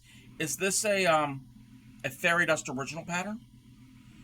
Gary's good. Very, very tired. Been doing extra hard. Going nothing all weekend. Sometimes you need that. You need your downtime.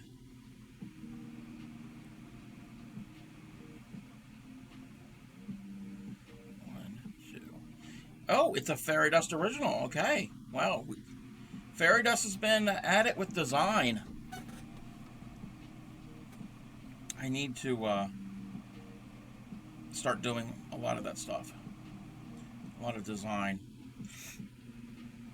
I need to get back into designing some mosaic crochet that I started months ago.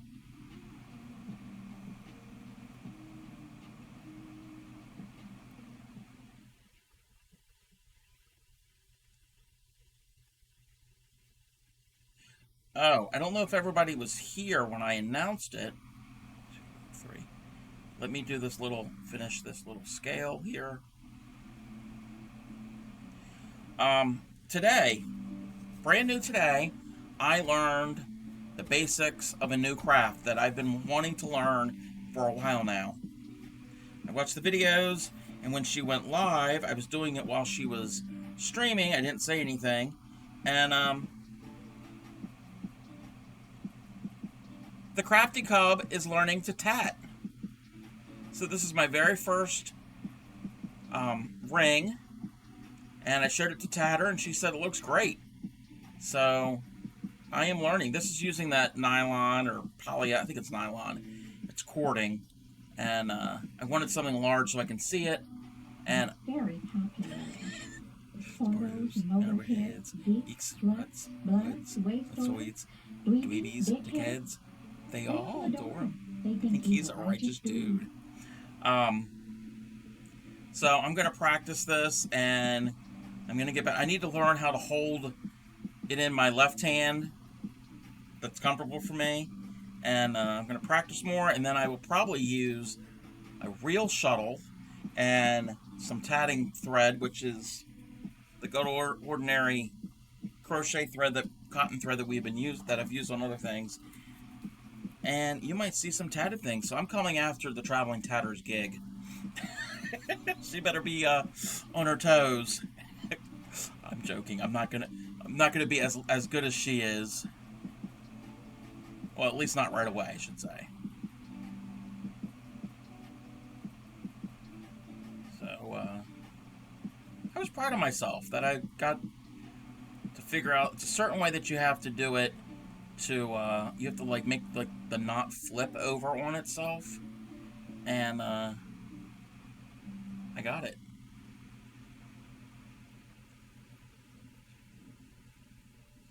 So once I practice more with that, then I'm going to learn some of the other things to do, like picots and chains and all the other types of things. And 1, 2, 3, and Tatter has an idea. Maybe if I'm good at that time, come April 1st. I don't know if she's gonna announce. I think she's gonna make some type of announcement in the new year, but I think she's gonna do some type of raid train about just with people who tat. So if I'm good enough, then I will be part of that raid train.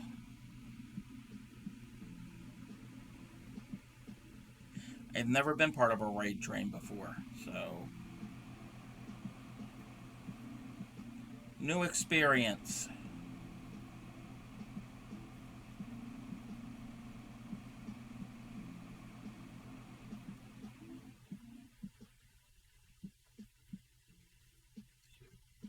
Three. I'm gonna slip stitch right into here.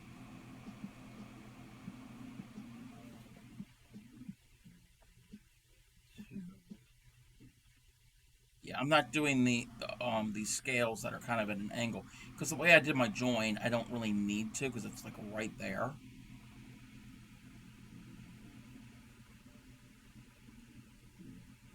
That's a regular one, not an extended one. We need to slip stitch into that, and now we need to do an extended scale. I'm trying to do them like every other one to kind of stagger them. Actually, they are going to be staggered.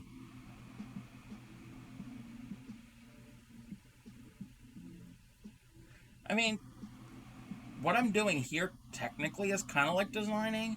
I mean, I'm taking an existing pattern and changing it up a little bit. I mean, that's part of design, and it's not my pattern, so I'm not going to claim it as my own, obviously.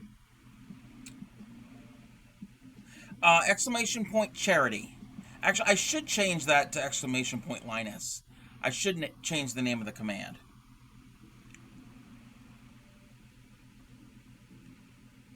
And also, if anybody was not here at the beginning of the stream, you probably noticed, I think it might be below, or at the top, I don't know where they have it. I can check on desktop where it is. Maybe.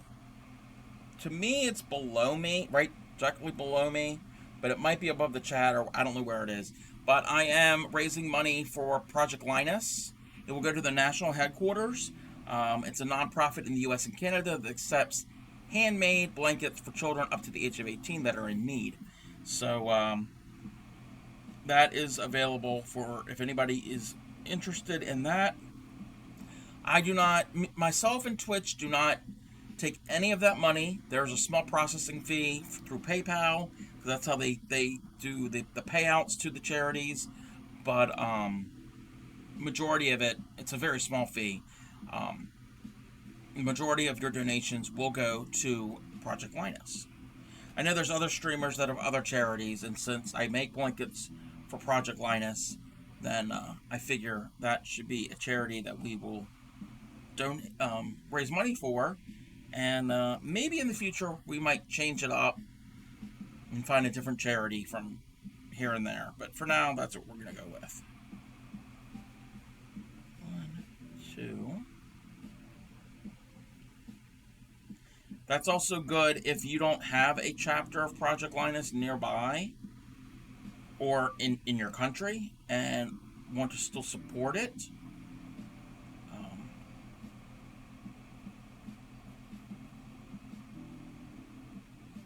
Oh, wait a minute. Wait.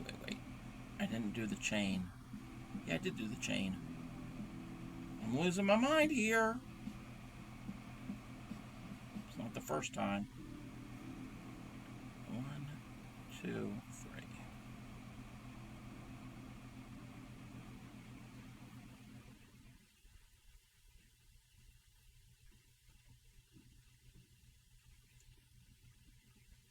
think I will invest in a cross-stitch dictionary. Having a reference for the different stitches and their multiples will help creating the... Yes! I mean, crochet stitch dictionary. If you want a recommendation, I mean, there's plenty of really good ones out there.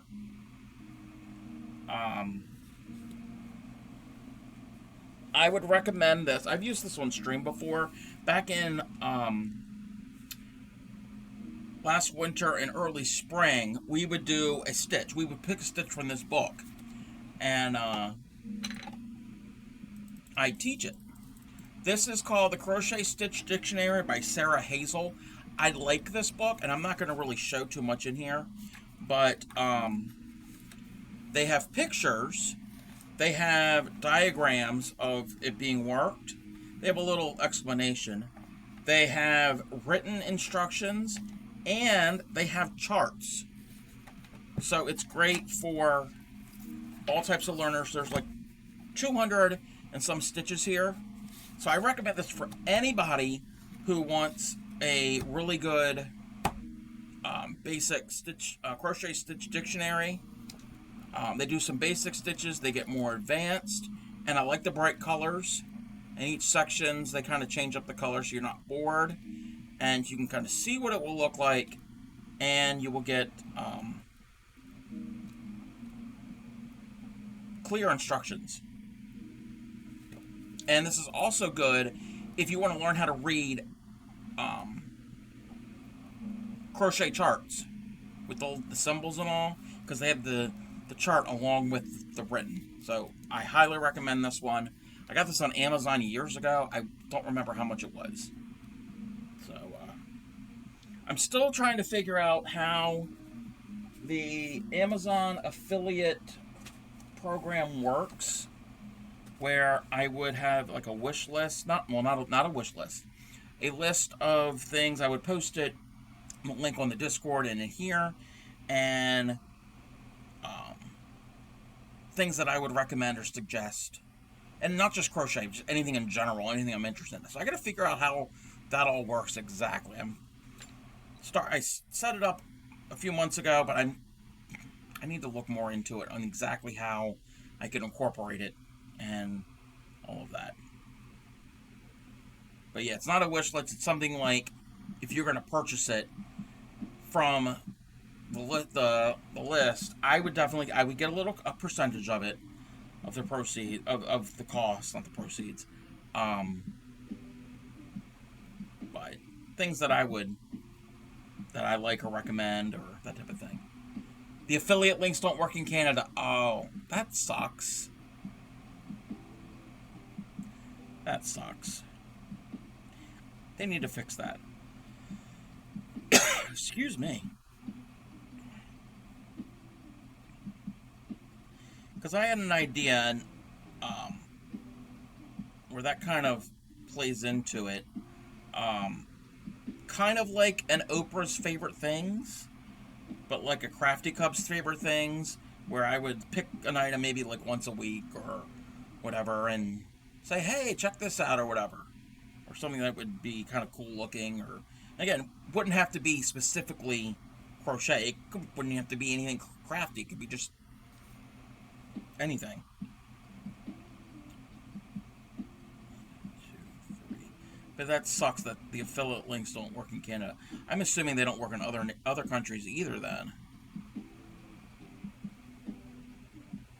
2,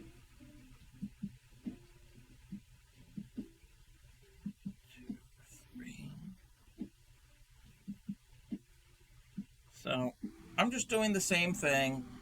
I haven't really been explaining what I've been doing, but I'm doing these little scale stitches in one, do the scale, and then slip stitch into the next. I'm just working my way up the top, and I actually like it doing the variation of this. They kind of look a lot better and less like a grenade, also because it's this off-white color.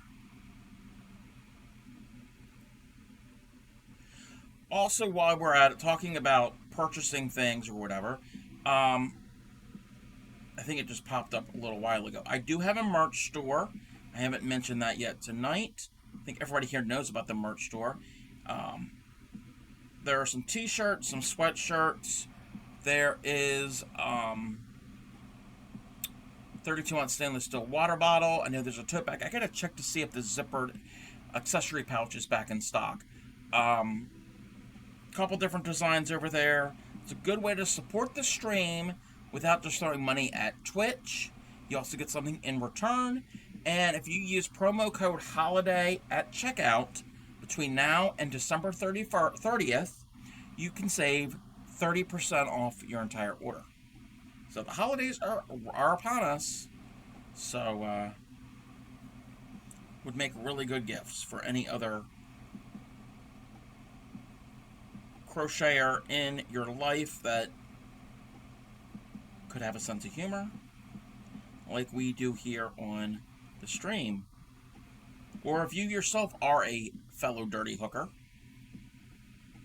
It's not all dirty hooker merch over there. I do have another design. It's been hectic here. I haven't been able to work any designs for Granny Karen. I'll let you know if something like that happens. I mean, that was my plan, but life got in the way.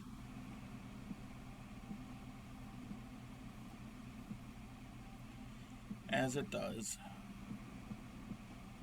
Okay, I've got 2 more rows of scales to do, and then we will do the little hanger piece. Lurking, making beanie hats. Hope you're having a great stream. Thank you for the lurk, Zorm Dazzle. And have fun making the hats. If you have any pictures and you want to share, if you're part of the Discord, you can pop them in the Discord. I'm going to finish these next 2 rounds. Actually, no. 13 minutes. Maybe. I can probably do this in 13 minutes. 13 minutes or so, we're going to have another ad break. When we come back from that ad break, we're going to do the Discord share. I promise. I promise everybody. So, 2, 3. Oh, I didn't see that. The Crochet Dictionary is $29.95 plus import fees and duty taxes in Canada. Ooh. On Amazon, the Crochet... I saw that. I'm sorry. Sorry, Knitter Girl. I didn't mean to miss your comment the first time. I get to running my mouth. Yeah, that kind of sucks. I've heard that about it being higher in Canada, and even like for a Twitch sub, it's a lot higher than here in the US.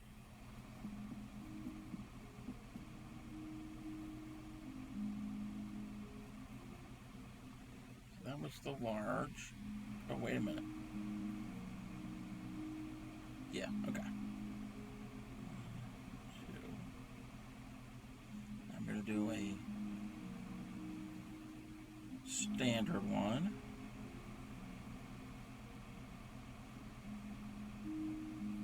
So that's why with this pattern, working in the back loops, that's important because these scales go into the front loops.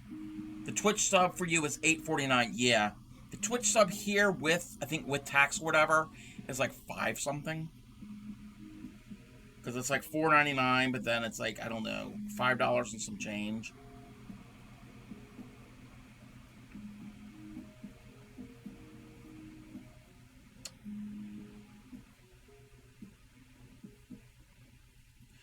Which, I mean, I'm not up on the exchange rate, the currency between the US and Canada, but I didn't think it was that different, which again, they kind of have a set price. I mean, the exchange rate fluctuates, so they kind of have to have some type of set price, but almost that's $8.50. That seems a little high.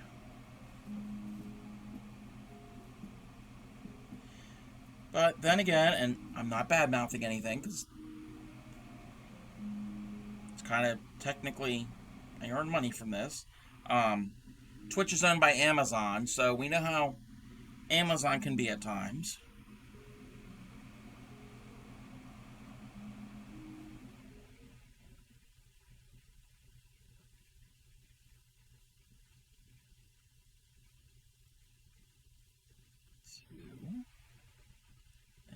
just gonna do. Yeah, like I said, when we come back from our ad, yeah, in Canada you pay more than yes, you pay more in than in the U.S.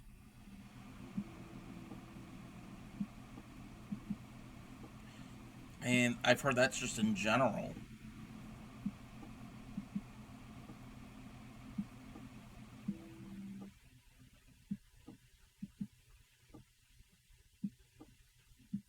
Okay, that's a large one.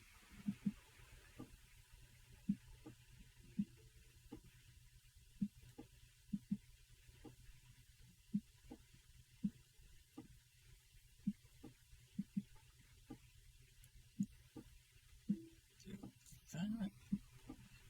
1, 2, 3. This is our a large one here.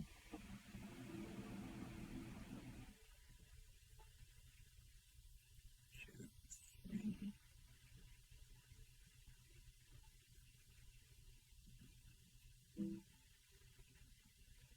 1, 2.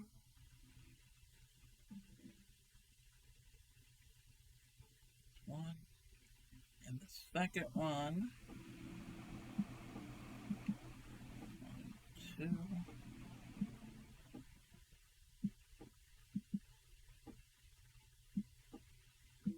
1, 2, 3.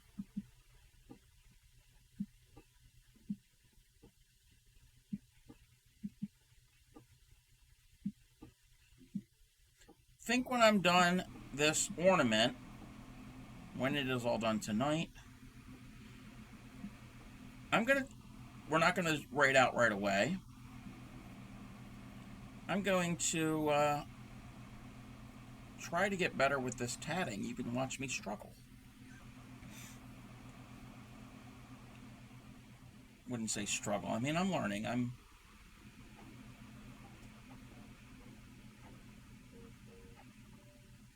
Okay, yeah. Forgot what I was doing there for a second. So I'm on my top round, and 1,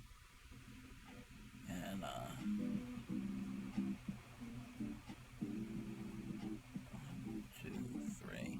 This isn't going to take as long because it's a smaller round because there's less stitches.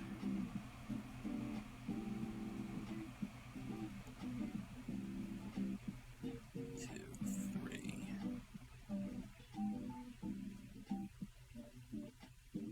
I kind of like this song.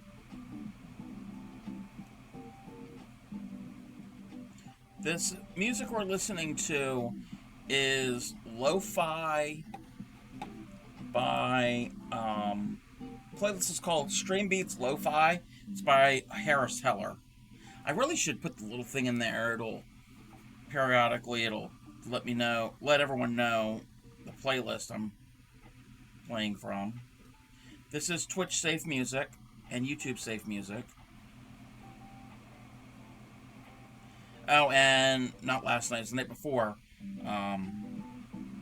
I did not get a copyright strike against me for playing that Christmas music the other night. So I'm probably going to do it maybe once a week.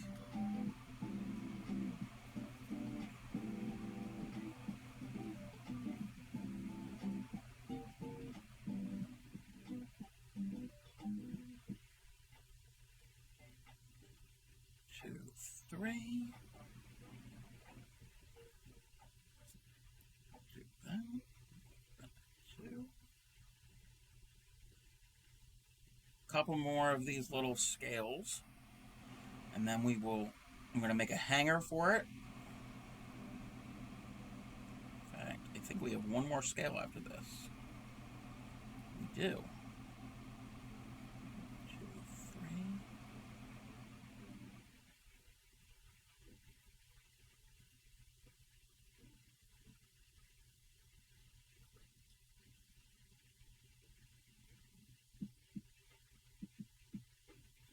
2, 3. I just need to do a slip stitch right here. Yes, do the slip stitch. And then I'm going to do a slip stitch around this post. And now I'm going to do a hanger. So I'm going to do 15 chains. That's 1, 2, 3, 4, 5, 6, 7, 8, 9, 10, 11, 12, 13, 14, 15.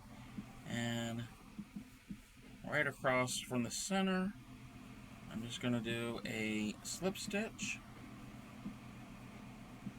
Pull it in tight so it's snug. Or not.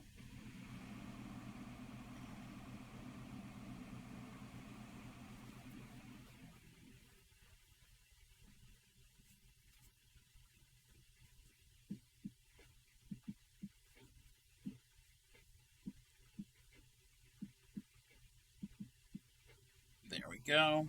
I'm going to chain one. I'm going to cut that, pull that through, pull it tight. I will weave in my tail, and I'm going to fluff this up a little bit. That looks a little more like a pine cone. I mean, I would have to shape these long ones.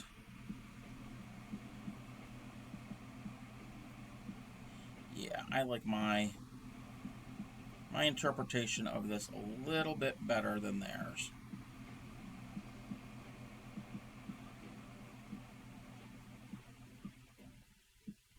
I have to fluff these up a little. Yeah. That looks more like a pine cone than the one on the right. So, maybe that's what we can do. We can fluff up the brown one and see what that looks like. No, this one still looks better. So if you make this, I would recommend doing the little adjustment every other one. Do a longer scale and alternate them. That is the pine tree ornament. It'd be really cute to have a whole bunch of these all over a tree. It's Thursday with Granny Karen Kicks Marino. What have you done with her? I'm calling 911. There was no, hey there, Andrew. There was no stream last night. I was going to do this last night. It was not a good day to stream. I was not in the right mental space. I was planning on streaming, and it got closer to it. I was like, yeah, no, it's not happening. So, everything's bumped over a day. So I'm doing this today. Tomorrow, Granny Karen Cakes will be on, or me. Still have to determine her schedule. It's hectic for both of us. But this will be done tomorrow on stream. Where is my white piece of paper? This looks horrible because it has not been starched and blocked.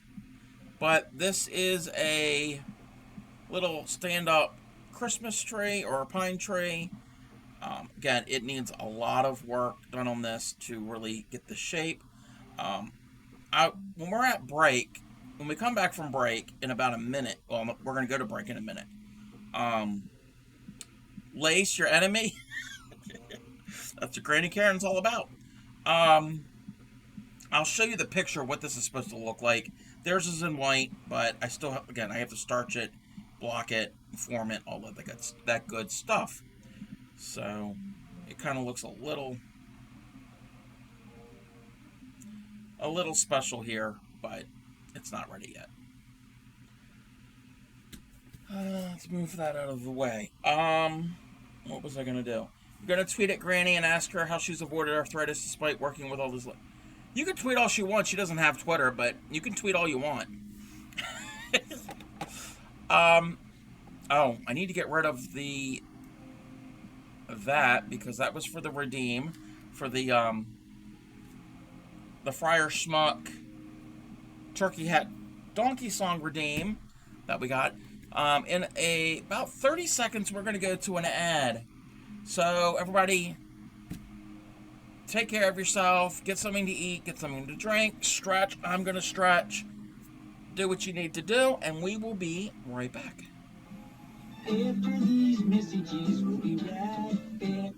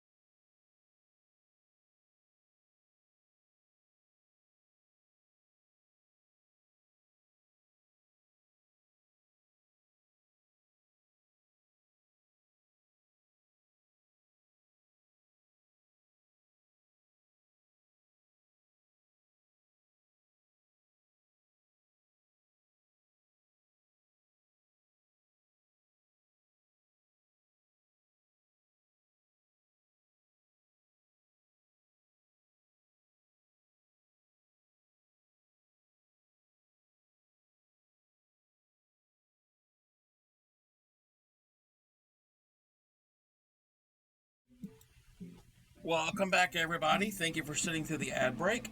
So, like I said, this needs to be starched and blocked and formed and fluffed and all of the good stuff. But I'm going to show you what this is supposed to look like. This is the picture from the pattern. So that is what they will look like. They're going to, you have to definitely use some starch and make the branches stick out the way they're supposed to. This is the small one here is the one that I made. So it's basically the same thing. It's just the other ones you just keep going. There's more rows. Andrew says, enjoy your break. Gonna start streaming before I lose motivation. Christmas ornaments are calling. All right. Well, you know what? We are going to give Andrew a shout out. If you're not following Andrew, check him out. He is trying to stream every day, every night between now and Christmas. He crochets, another male crocheter. And I know he's been playing some video games. I think it's The Walking Dead, something. I was in his stream the other night. So, definitely check him out. He is a really good streamer. Let's see what he's... So I'm going to take this, skip the first row, go from back to front, through both loops, then from where I came out of, we're going to go through just the back loop. That is what I want. And then on the back side, I'm just going to work through the standing double crochet somehow to give the illusion that there's a full space there. Okay. No, you're not boring, and I know you clipped that so you can remember how to do it. Wasn't that was like a stocking? It was a granny square. It was a stocking made up of granny squares. So let me see what this says. In the land of streams and digital dreams, Andrew weaves a tale so bright. Crocheting through the zombie plate, they stitch and play each day till Christmas night. Doors wide open with guests and games, from Skyrim's dragons to Minka's fame. With a yarn in hand and heart so vast, they craft a stream that's sure to last. So join the fun, don't be late. Andrew's world is truly great. Came out amazingly well, despite me thinking 100% of the time you would scroll. That's how it always is. We always think, oh no, this is going to be horrible, and it turns out great. Yes, it's Frosty Tools. I love it. Like I said, Vintage Sogal used it the first time I saw it, and you can change up the style of writing. I'm using the Dr. Seuss one. They've got a whole bunch of different other ones that you can use. And there's a couple other streamers that use it. And I can't remember off the top of my head who else uses it, but that's where I first saw it. Where was I? Oh, also, if you tune into his stream, you probably will be able to see Sasha. Sasha is his kitty cat. So there's crochet and kitty cats over there on Andrew's stream. Let's see. Let's remove that. We're going to do the Discord share that I promised. And we only have a few shares. I know there's 2 in the whips and foes, and there's 1 in another section. So this is the scarf that Fairy Dust... Sasha is currently MIA within the condo. I'm sure he's plotting your death. No. So, he's probably in the other room wrapping your Christmas gift. No, I don't know. He's not plotting your death.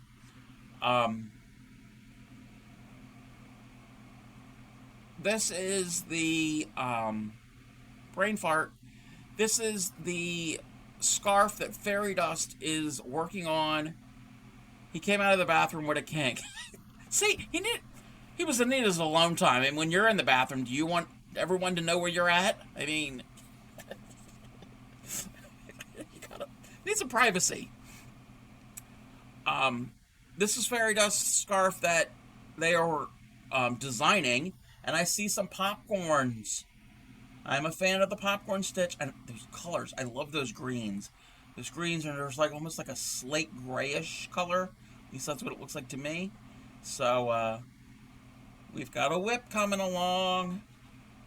And I think we have another scarf. Well, a beanie and a scarf set. Oh, they're baubles? Oh, okay, they're baubles. Still like them. Still like all of it. We have another scarf and beanie set. This was from Artemis. Very much almost candy cane with a little bit of chocolate. So that's kind of what it's giving me, with like a chocolate mint with the little specks in there that looks very soft and squishy. That looks almost like a blanket yarn, like a chenille type yarn. So we have a matching little beanie with a scarf. I think that's all we have in the whips and faux. But I did see something in the pattern, not the pattern, in the recipes section. Yes, I have a recipe channel in my Discord. So if anybody wants to post a recipe or even a picture of food that you eat, that you have like, oh, this is really good, you got to check this out. That is the place to put it. Lunarica has posted something. These, I think, let me read what this says. I think they're no-bake. Yes, they're fudgy cocoa no-bake treats. It's got sugar, butter, milk, cocoa, Reese Crunch peanut butter, oats, peanuts, and vanilla extract. I think I've made, or I've had things that are similar to this. Okay, that's they give the recipe for it. But these look really, really yummy. It's peanut butter and chocolate, and I am a huge peanut butter and chocolate fan. So, and it's no bake. So, if anybody's interested in a yummy goodie, and they aren't into cooking, this might be an option for you. So, I think that's all we have so far. Let me bring the music back. So, we've got our pine cone finished.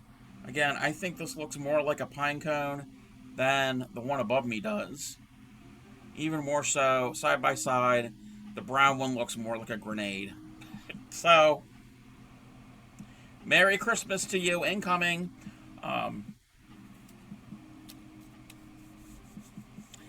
So I am going to practice tatting. I am not teaching you tatting, because I am not the one. I just figured out how to do it just tonight. And let's see if I can remember how to hold this. I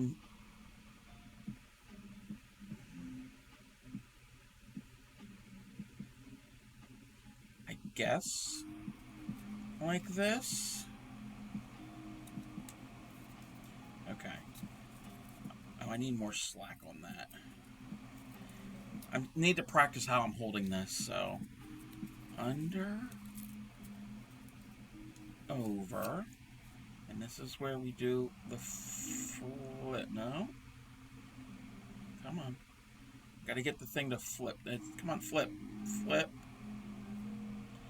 See the knot? I gotta flip it. Come. It's not flipping. And I'm loosening. Oh wait, it's the... Did it flip? Yes, it flipped. It flipped! Okay. Now we need to do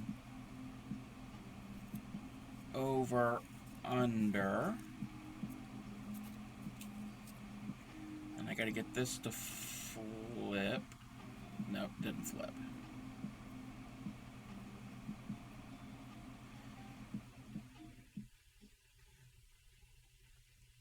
It flipped!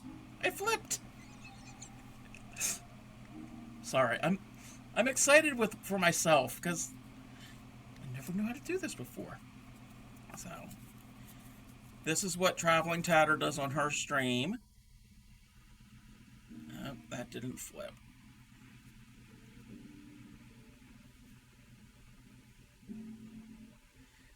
And that is why I'm using this larger cord to kind of practice. Did that? Yes, it flipped. It flipped a little weird, but it flipped. And then we go over, under, yes. And it flipped. So I have 2 of those knots. Wait a minute, did it flip? Yes, it flipped. 2 of those knots. Okay, wait a minute. How do I...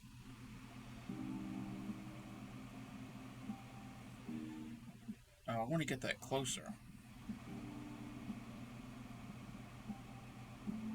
I don't know how to do that yet. Okay. I know she said don't frog and don't pick your stitches out, but I don't want to end up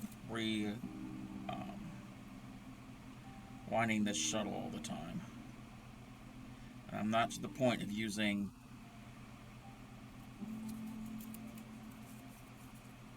the tatting or the crochet thread. So there's only a few here. I will pick these out. I gotta see how to get it. I know what I did wrong. I need to pinch it closer to the ring that I've already have.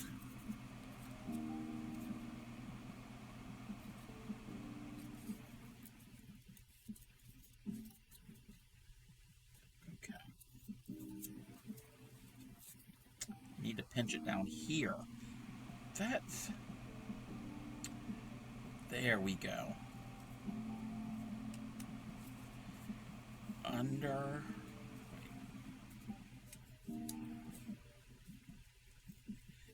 Under...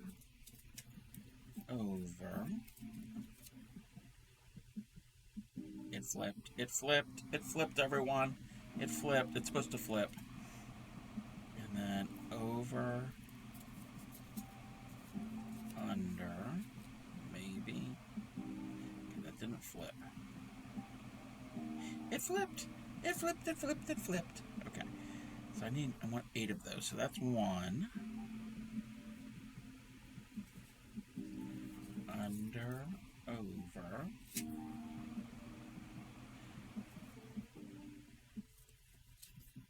And then over, under.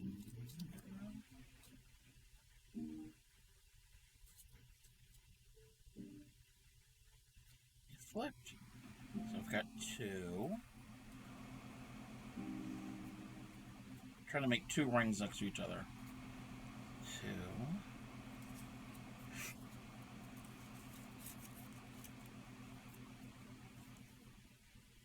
No, that didn't work right.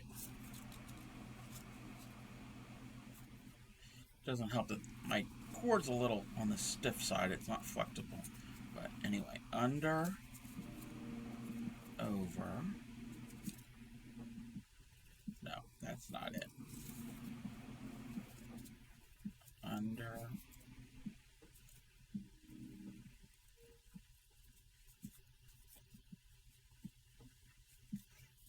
under, over through that, yes. No.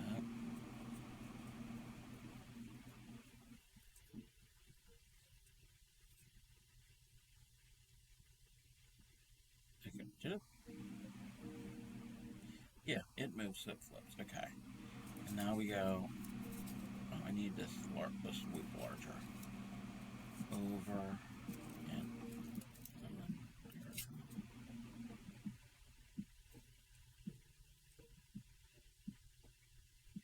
it flipped. It flipped. So that's 3.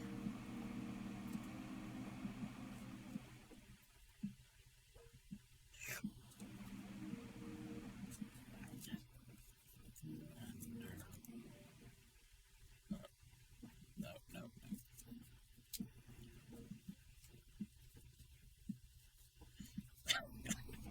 Oh, she does that where it twists and it comes. Okay, that helps.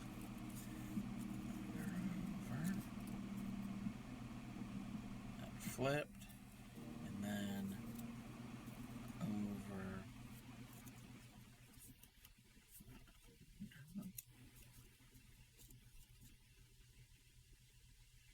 There, flipped right there at the last minute. That's 4.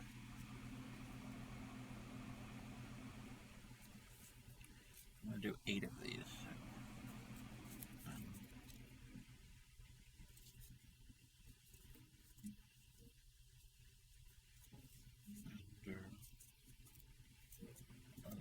Over.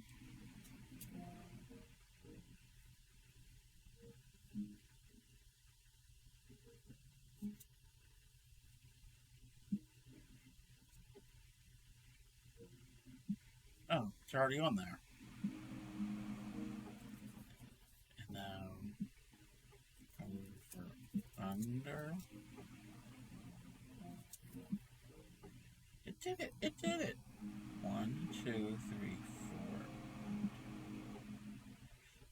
5.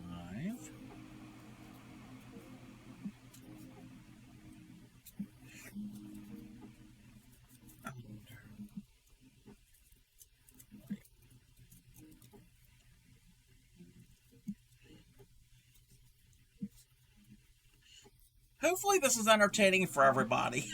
Or not. Okay. Under. Over. I mean, I'm not doing it, holding it right, but...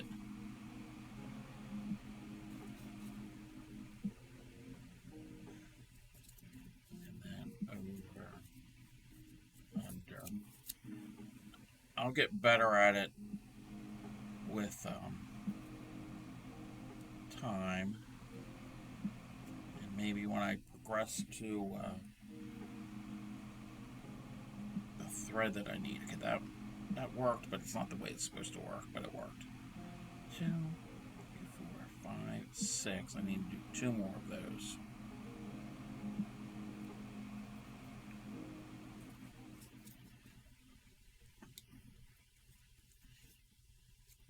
Under and over.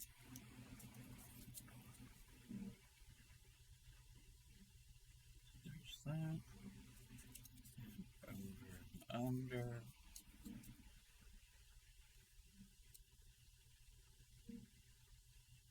Okay, that's 7.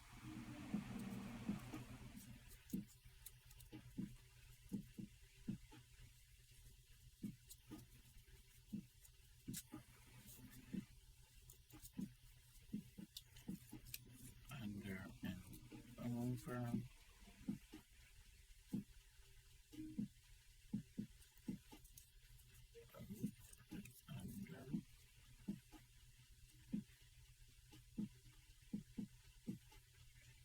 Flipped. Okay. Yeah.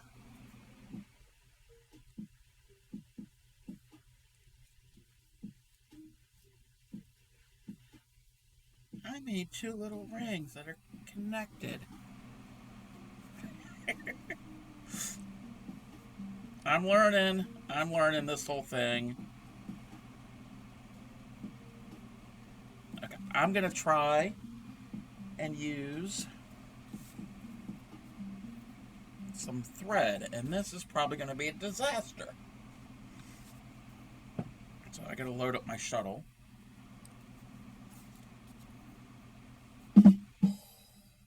Hey there, Crafting Sam. How are you? Is this the type? Okay.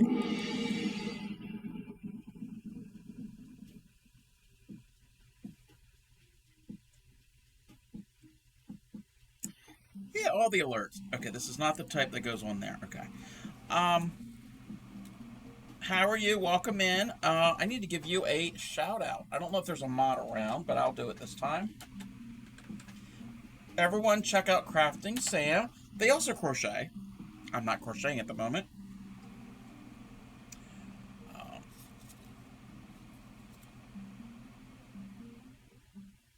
What does this say? In the land of Crafting Sam, where the stitches cross and play, they crochet with glee through sweater Vember's days. Diamonds spill and sparkle, and dino blanket underway. They power wash they must for a clean slate, hooray. Questing in stories, more than once it seems, but back in the threads where Evie dreams. Join them from crafting games, it's quite the scheme. So everybody check out Crafting Sam. When do you stream next? I know I pop into your stream every now and then. There's so many streamers and not enough time to check everyone out. And yes, I just learned. I mean, I watched the video. I mean, I've been watching Traveling Tatter for months. I watched the 2 videos that she recommends. I already had the supplies. Watched the videos that she recommended, and watched them last night. And then right when she was streaming this evening, shortly after she started streaming, I popped in, and I didn't say anything. I was like, you know what? This is sitting here. All my other samples for this month are made, so I don't have to worry about getting a lot of like prep work for the streams. And I'm like, let me try. So I practiced, and I made my first ring, and just now I made my second one. So I'm learning how to tat. Cutting up in the air. Oldest is sick, and baby started to act cranky today. Oh, I'm sorry. Sorry for sick kids and cranky, and it's no fun. So I'm going to try to load my tatting shuttle. I was using this cardboard. Nuggets party is next Saturday. Yeah. Hopefully they'll they'll feel better. Oh. Oh, it's not. Hopefully they'll feel better in general. It's no fun. Okay. When I was practicing, I was using this little cardboard shuttle that I made, and this nylon cord. I think this was actually like a I don't know where the rest of it is. Oh, it's right down here.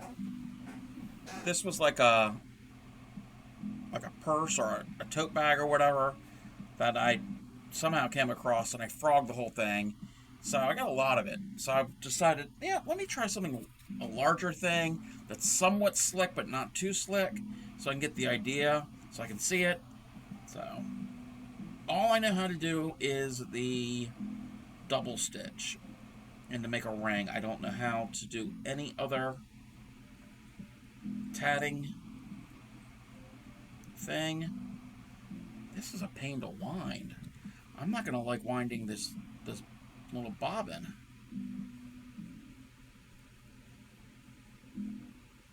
And these are not the same type of bobbins that sewing machines use, so you can't really use a sewing machine to wind this. I think there are shuttles. I think that's what I've read or heard, that you can, but this one isn't. So, I'm learning. I'm see what I can do with this. If it turns into a mess, then it's a mess. But that's how we learn. We learn by making mistakes.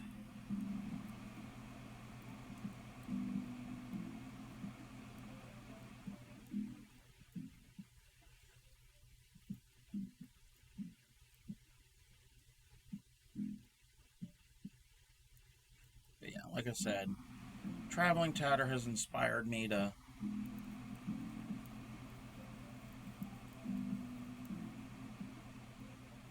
learn how to tat, and I'm getting it.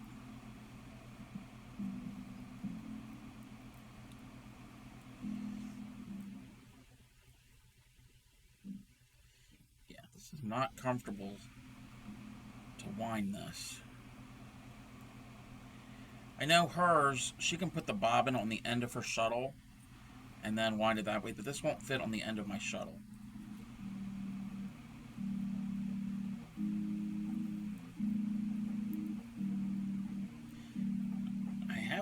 I've had this shuttle for many, many, many years, and I've never been able to use it.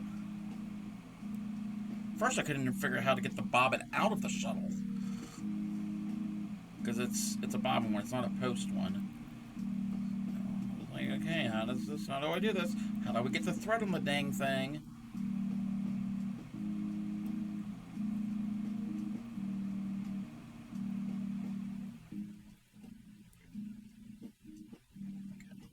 This is going to cause my fingers to cramp just winding the bobbin. Okay, I think we have enough on here. Let me get that in place. I'm going to cut a length. And we're going to see how much we mess up on this. I need to do thingy stretches. So I'm going to work on this for a little bit, see what I can come up with, and then when we get to, when it gets a little later, we'll write out. So, that. It flipped! It did it! It flipped! I think that's how you do the, oh, wait a minute. And it flipped. Okay, that's a lot. I'm all excited. I'm sorry. I get excited when I learn a new thing. That actually was a lot easier than that chord.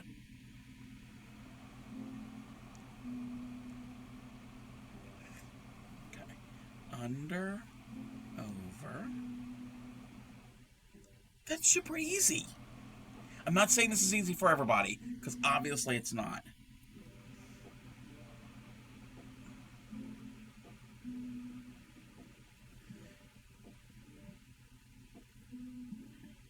Again, I don't want it to make it seem that anybody can do this. It does, you can see how it does take some practice. Okay, that one didn't flip.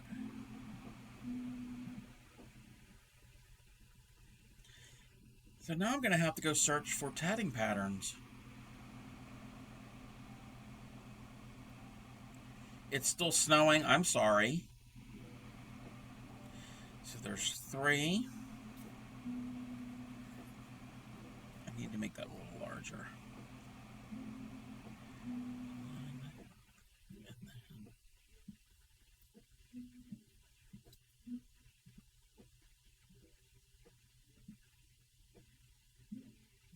Okay. So that's 4. Wow, these are tiny.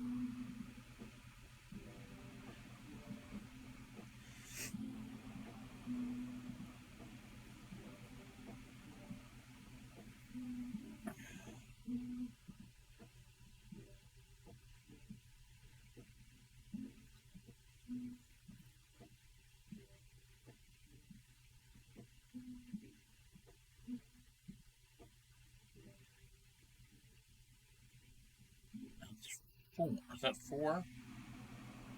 1, 2, 3. I wasn't counting, and these are so tiny. I need to. I'm using size 10 thread. 1, 2, 3. That's 5. Let's see how anybody can use anything thinner, even with this. Okay, where's the thing?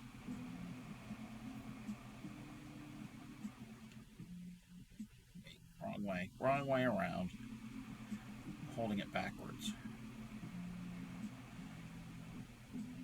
Okay, my next thing will have to learn is how to do the chain, and I don't know how to do the chain.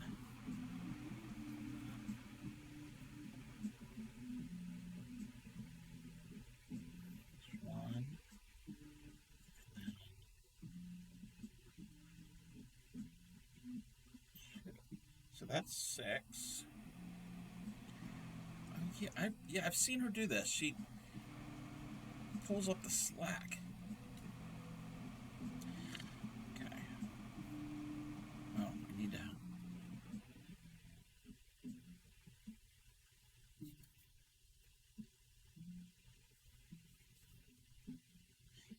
I'm trying to get the movement right.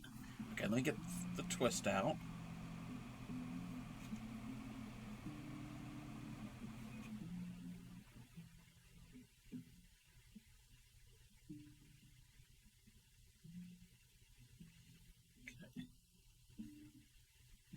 There's still some twist. And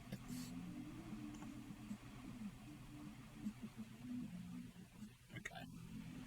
Why is there still twist in it?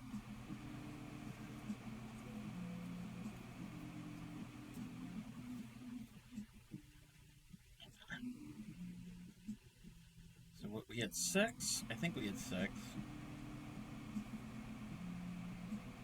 2, 3, yeah, 6.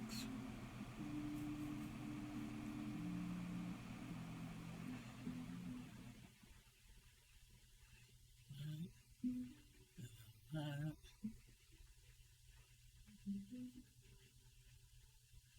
that's 7. I'm getting it, I'm getting it, I'm learning.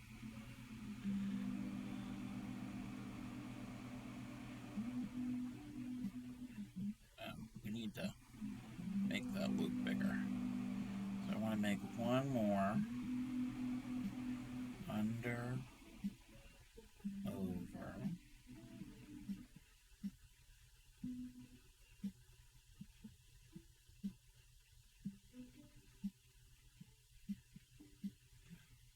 And then over, under.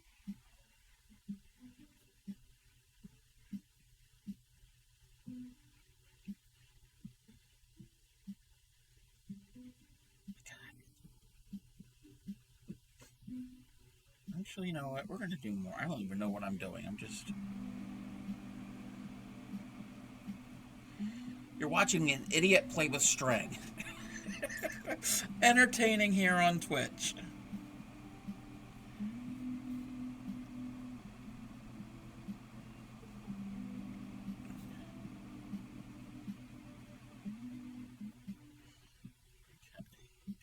Actually, I do have some other another shuttle here. I'll have to look into that in a second. See what style it is. Under, over,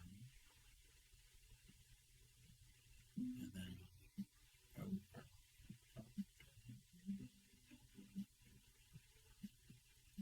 Yeah, that's 9.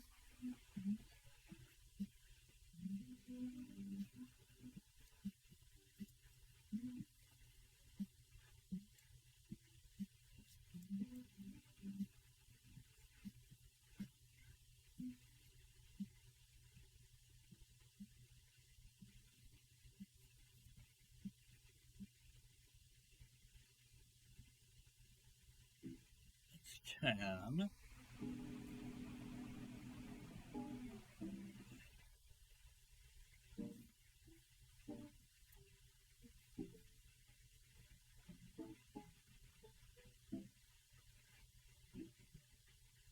Ooh, that didn't work right.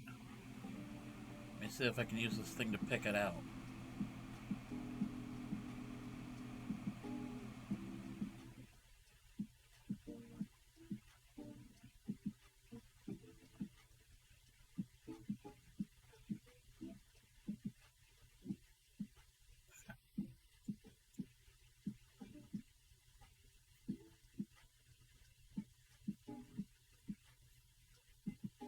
Okay. I think I messed that one up. Yeah, that's got messed up.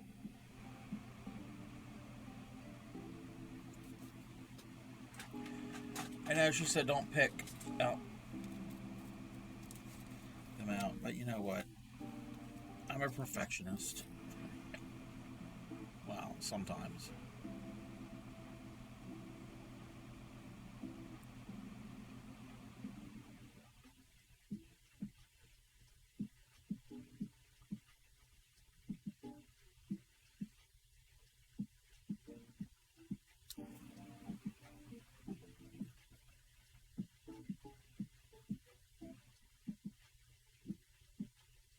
Okay, I lost it somehow. Somehow it's not sliding.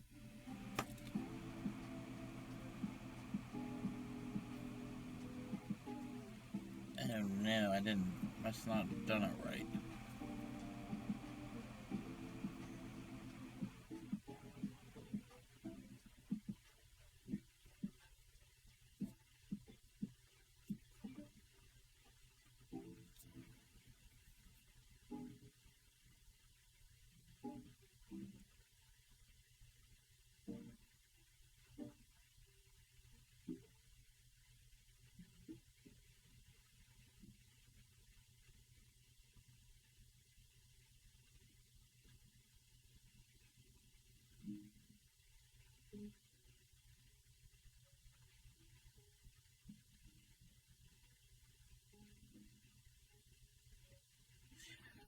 All I know, this takes patience, just like crocheting with thin um, thread takes patience. Yeah, the magnifying glass is my friend, so bear with me if you can't see anything. I won't be able to see chat because it's a glare.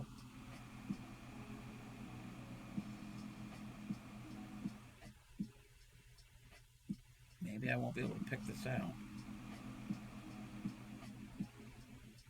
You know what? We're going to start over. That's why she said don't pick it. Okay, let's try this again.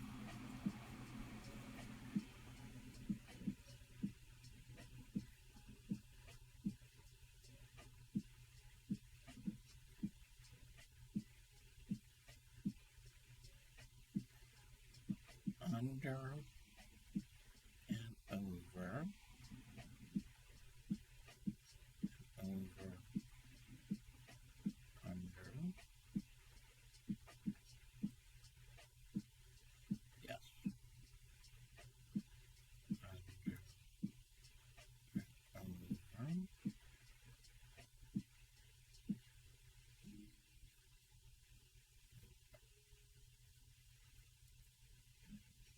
over, over, under.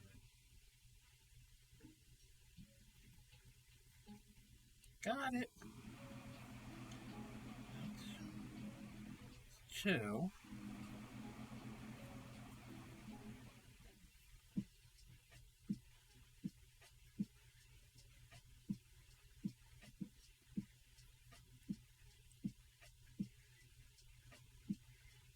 That's three. Yeah, Knitter Girls in Canada.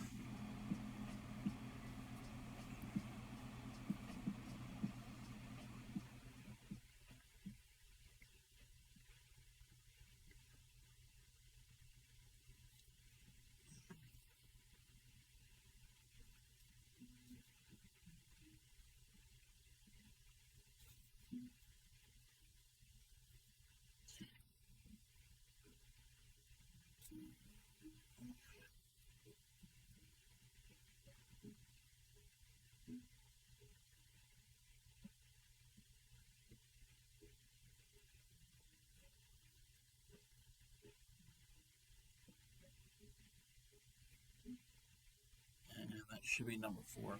Keep it up there. Got 70 today. Then Saturday be in the 20s. Ew. It's in the 40s today. So that's four.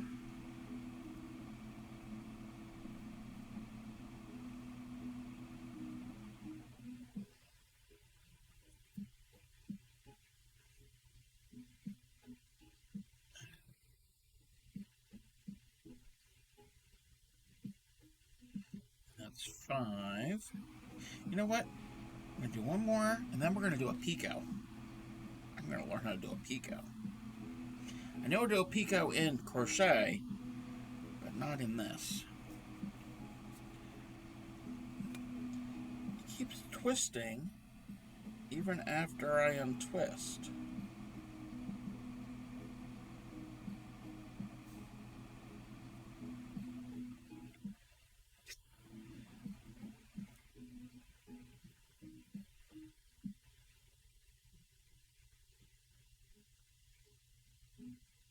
I am using size 10 crochet thread, crochet cotton, or tatting cotton.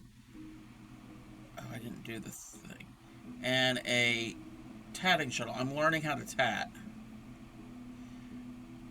The traveling tatter has inspired me, and I just started doing this tonight. I'll show you my first that I did, not with this. Okay, that flipped. Okay, let me see if this still worked. Works. Yes, that works. Oh, that works. That works. I started with this heavier cord, this nylon cord, and I made a shuttle out of a piece of cardboard. And tatting, and if you're not following the traveling tatter, check her out. She streams. She was on earlier.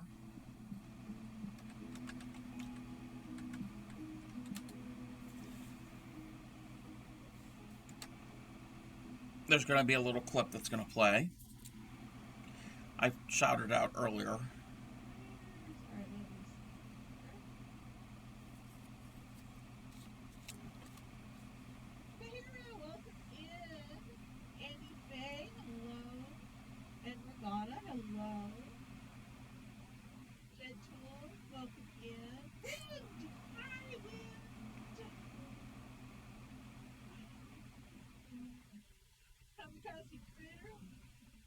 So, basically, tatting is a series of knots, and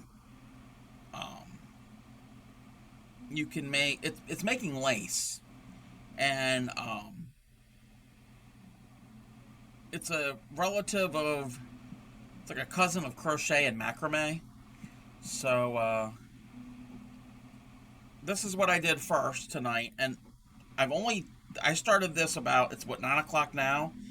I started this about 5:30, so it's only been a few hours, and I made 2 rings. This is all I know how to make. There's other things to make, but it's a basic stitch, one basic stitch. Hey there, Tatter! So I did 2 rings. Okay, that's what the, yes, look at the tatting. I'm getting choked up here. So, you saw the Tatter, you saw the first ring. Well, after I got done doing the pine cone, I made this on stream tonight. I did the second ring, and I figured out how to get the rings close to each other. You got to pinch here, because I was like, okay, I'm going to make it, and then, no, you can't move it back, because, anyway. So, I am attempting, and I've got about 6 double stitches with size 10 thread. So, and the loop, it moves, so I'm getting it, so it's doing its thing. I just got to get the way to hold the thing. I mean, I know how to hold my left hand.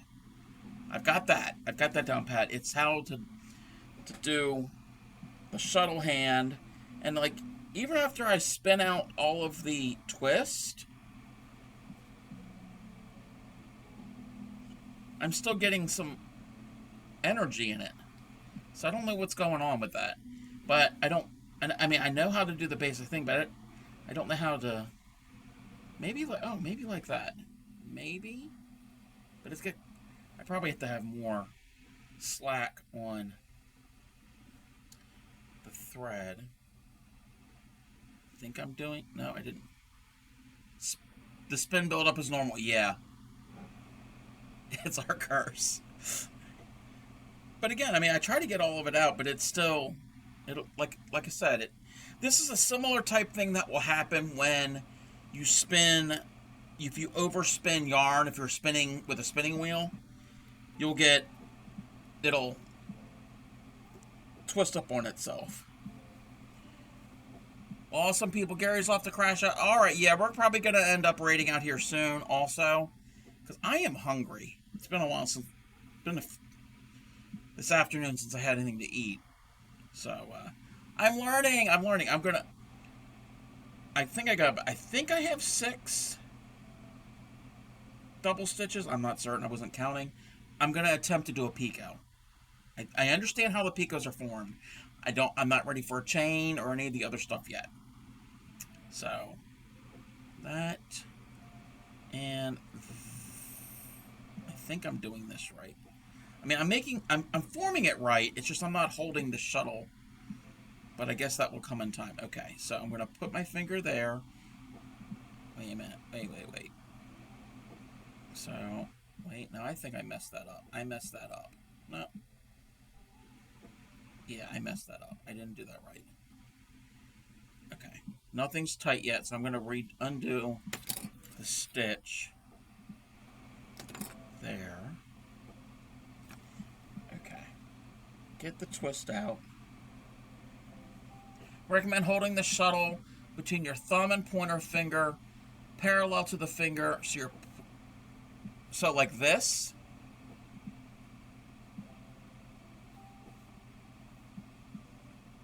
Yeah, mine has a little hook on the end, but that I'm not ready, guy. A little further out. Scared me. Like this, a little further out, like this. Because that's like the little indentation where it's holding the bobbin. Is that where I should hold it? But parallel to the... Okay. We're gonna... Thank you, Notewood. Okay, so in... Actually, you know... Thank you, that actually helped. Okay, I'm gonna put my finger there. And I'm gonna... Okay, yeah. So I'm gonna leave a little space. Okay. Got the first half. And then it's over and through there. I probably have too much slack. But that's fine. And then... It flipped! It flipped! It flipped! Look! Look! Wait. Let me see. Look! Look what I did! I made a Pico! Sorry, I get a little excited.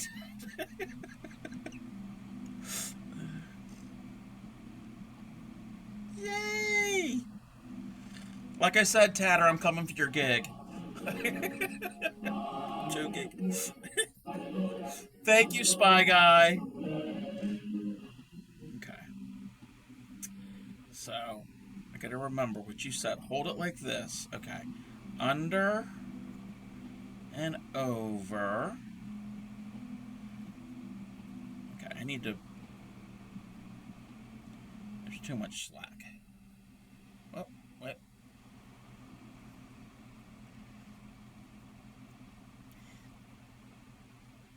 Yeah, I graduated to the actual shuttle. This doesn't... I don't really like this shuttle. It's not really doing what... It's not moving easily, but anyway. Okay. So, I did the first part. Okay, we flipped. Okay. And now, do the over-under.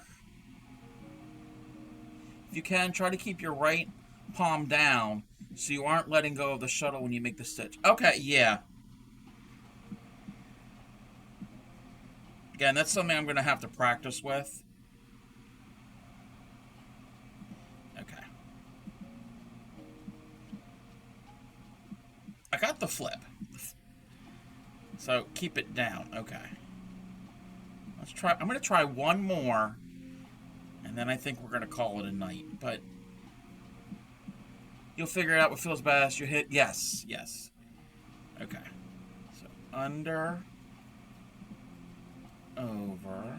I think I did that right. Nope. I didn't go through the right thing. Okay.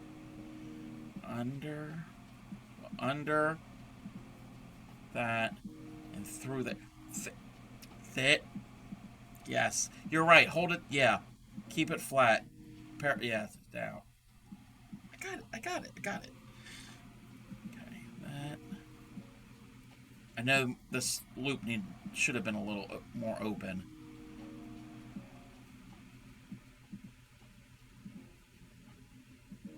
Did that flip? Yes, it flipped. It flipped. Woohoo! Look at me! Okay. I think I'm getting the hang of it. Again, thank you very much, Tatter, for the tips and everything, and those videos were great. You can retire. Everyone come to comfort, Dad. No. Okay, but we... It's very popular. Portos, motorheads, geeks, sluts, bloods, wastoids, dweebies, dickheads. They all adore him. They think he's a righteous dude. Soon we're going to be called the multi-crafty cub. Yes. How long are you teaching us? Until you're teaching us how to tat like an expert. No, no. I'm gonna leave that to tatter. Yeah. I'll stick with the crochet. I'll teach you how day in and out all day long how to do this. Yeah. Well, you're more of an expert than I am. But no, we'll definitely have to go to Tatters for the tattoos and the potatoes. If you're blue and you don't know where to go to, why don't you go where passion is?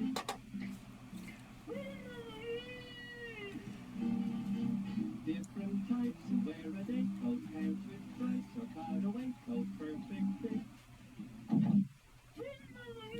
Oh, wait a minute. Dress up like $1 million trooper. Try mighty hard to look like Gary Cooper. Oh, Gary Cooper! Come, let's mix where Rockefellers walk with sticks or umbrellas in their necks.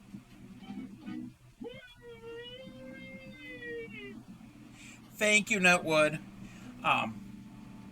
So yeah, I think we're gonna end up calling it a night. I learned some things tonight. I'm very happy with myself.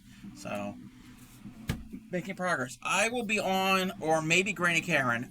Hopefully Granny Karen. If not, then me. Things are a little hectic here lately.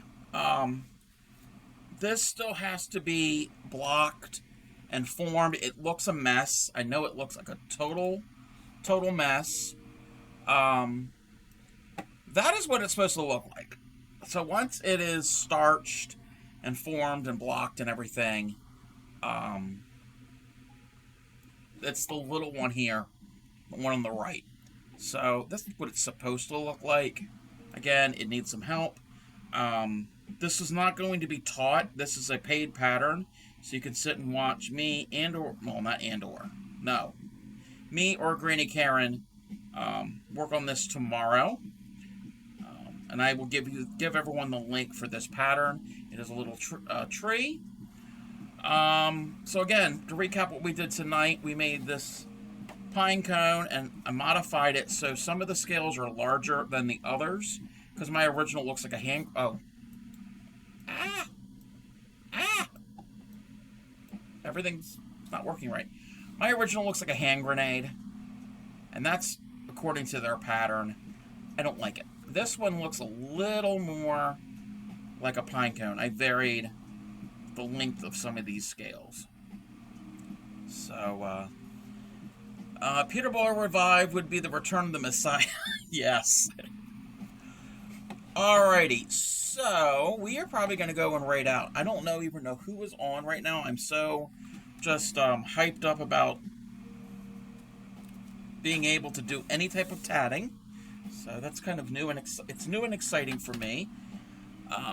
Alrighty, here we are going to give out all of the things.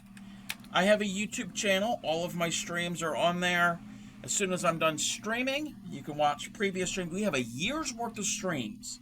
We can all go back to literally a year ago. It's when I first started streaming. My stream anniversary, I think, was this past Sunday. There are some cute Christmas ornaments. They're not crocheted. There is a yarn gnome, super adorable. There's this fabric folded. I think it's called a Swedish star. No sew. And then there are these other ones, and I don't have one here at hand. They are these quilted no sew ornaments. It's a styrofoam ball, and you take squares of fabric and you fold it a certain way, and you pin them on, and you layer them out, and they make these really cool designs. And then you can add ribbons and bows and embellishments. So that is how the channel started was some Christmas ornaments. Wasn't even crochet. That is why we are I am the crafty cub, not the crochet cub. It is all about crafts. And the new year we'll be doing other fiber arts, tatting, cross stitch, embroidery. I'm going to try to get better at knitting, do some fiber prep, all of that fun stuff. Also, I have a Discord. Check out the Discord. Any if anybody has anything they want to share, post their works, the progress pictures, their finished items, even if it's just pictures of your neighborhood, whatever you want to share, pop them over there. You can put we have a recipe channel. If you have patterns for something, and it could be a pattern for anything, there's a channel for that. Also, there's a channel for polls. So while you're over there, go to the poll channel and click on and vote. Actually, no. Strike that. Reverse that.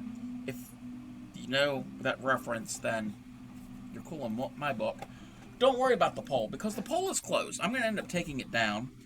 And I will tell you what the poll was all about if you're not familiar with the poll.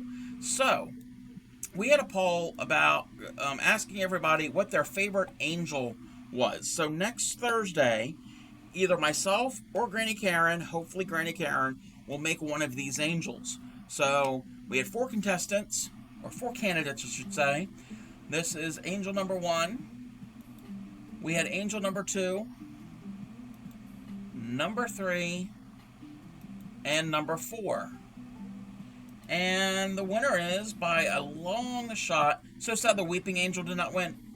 I know that I don't know exactly that reference, but I think that is a Doctor Who reference? I figured that. I know you and Tatter would know. So by a long shot, angel number 1 won with 17 votes.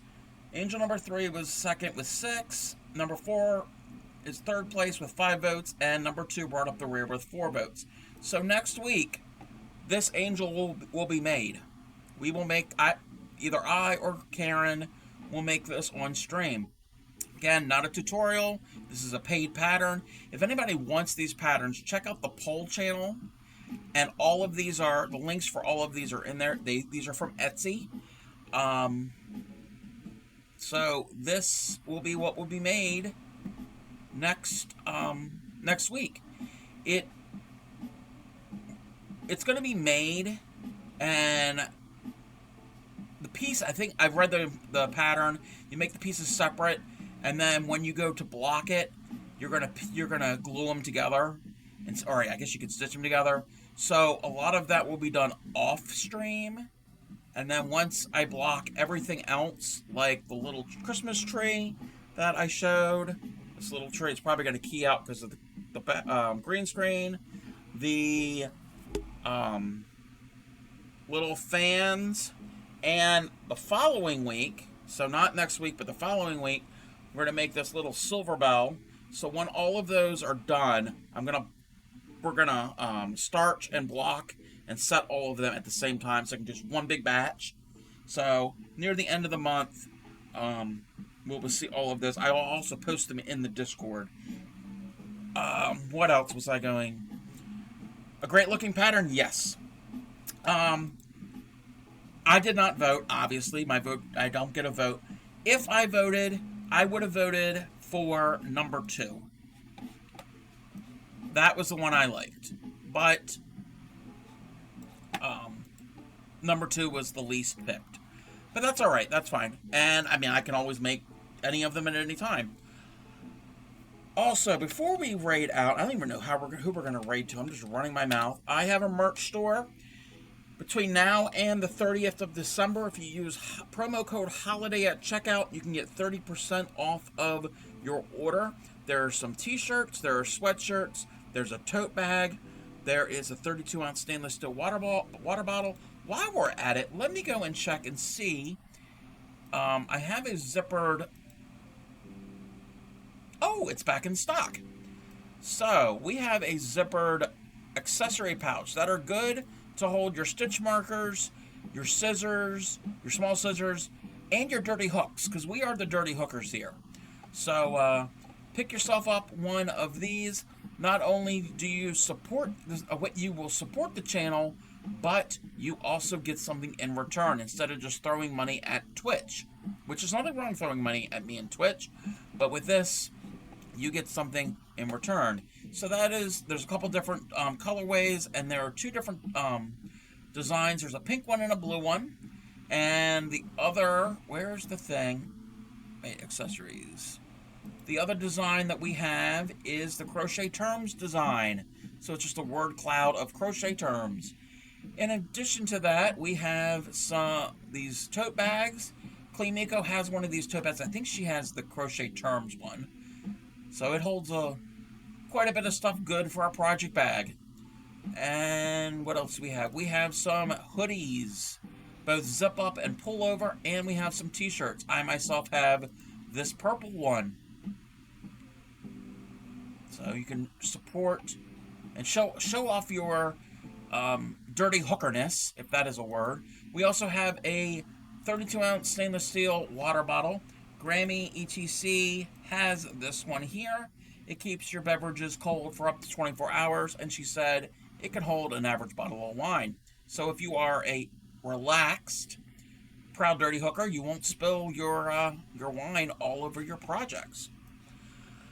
Alrighty, so we're going to get the raid call out here. That is the raid call for followers. I got to click on the thing. For some reason, it won't let me do a type in a command for the raid call for subs. We need to snooze that. We don't want an ad.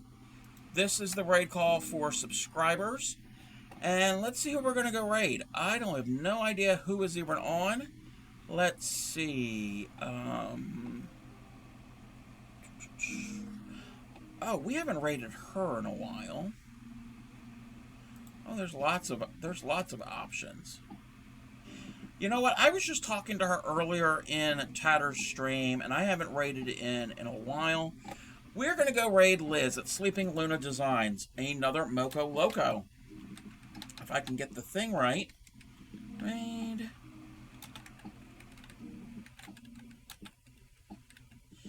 She is a multi-crafter. I know she crochets. I think she also knits. She cross stitches. I remember seeing her cross stitch. She right now is spinning yarn. She has an electric spinning wheel and she is spinning. So everybody, copy the raid call. Go in, show her some love.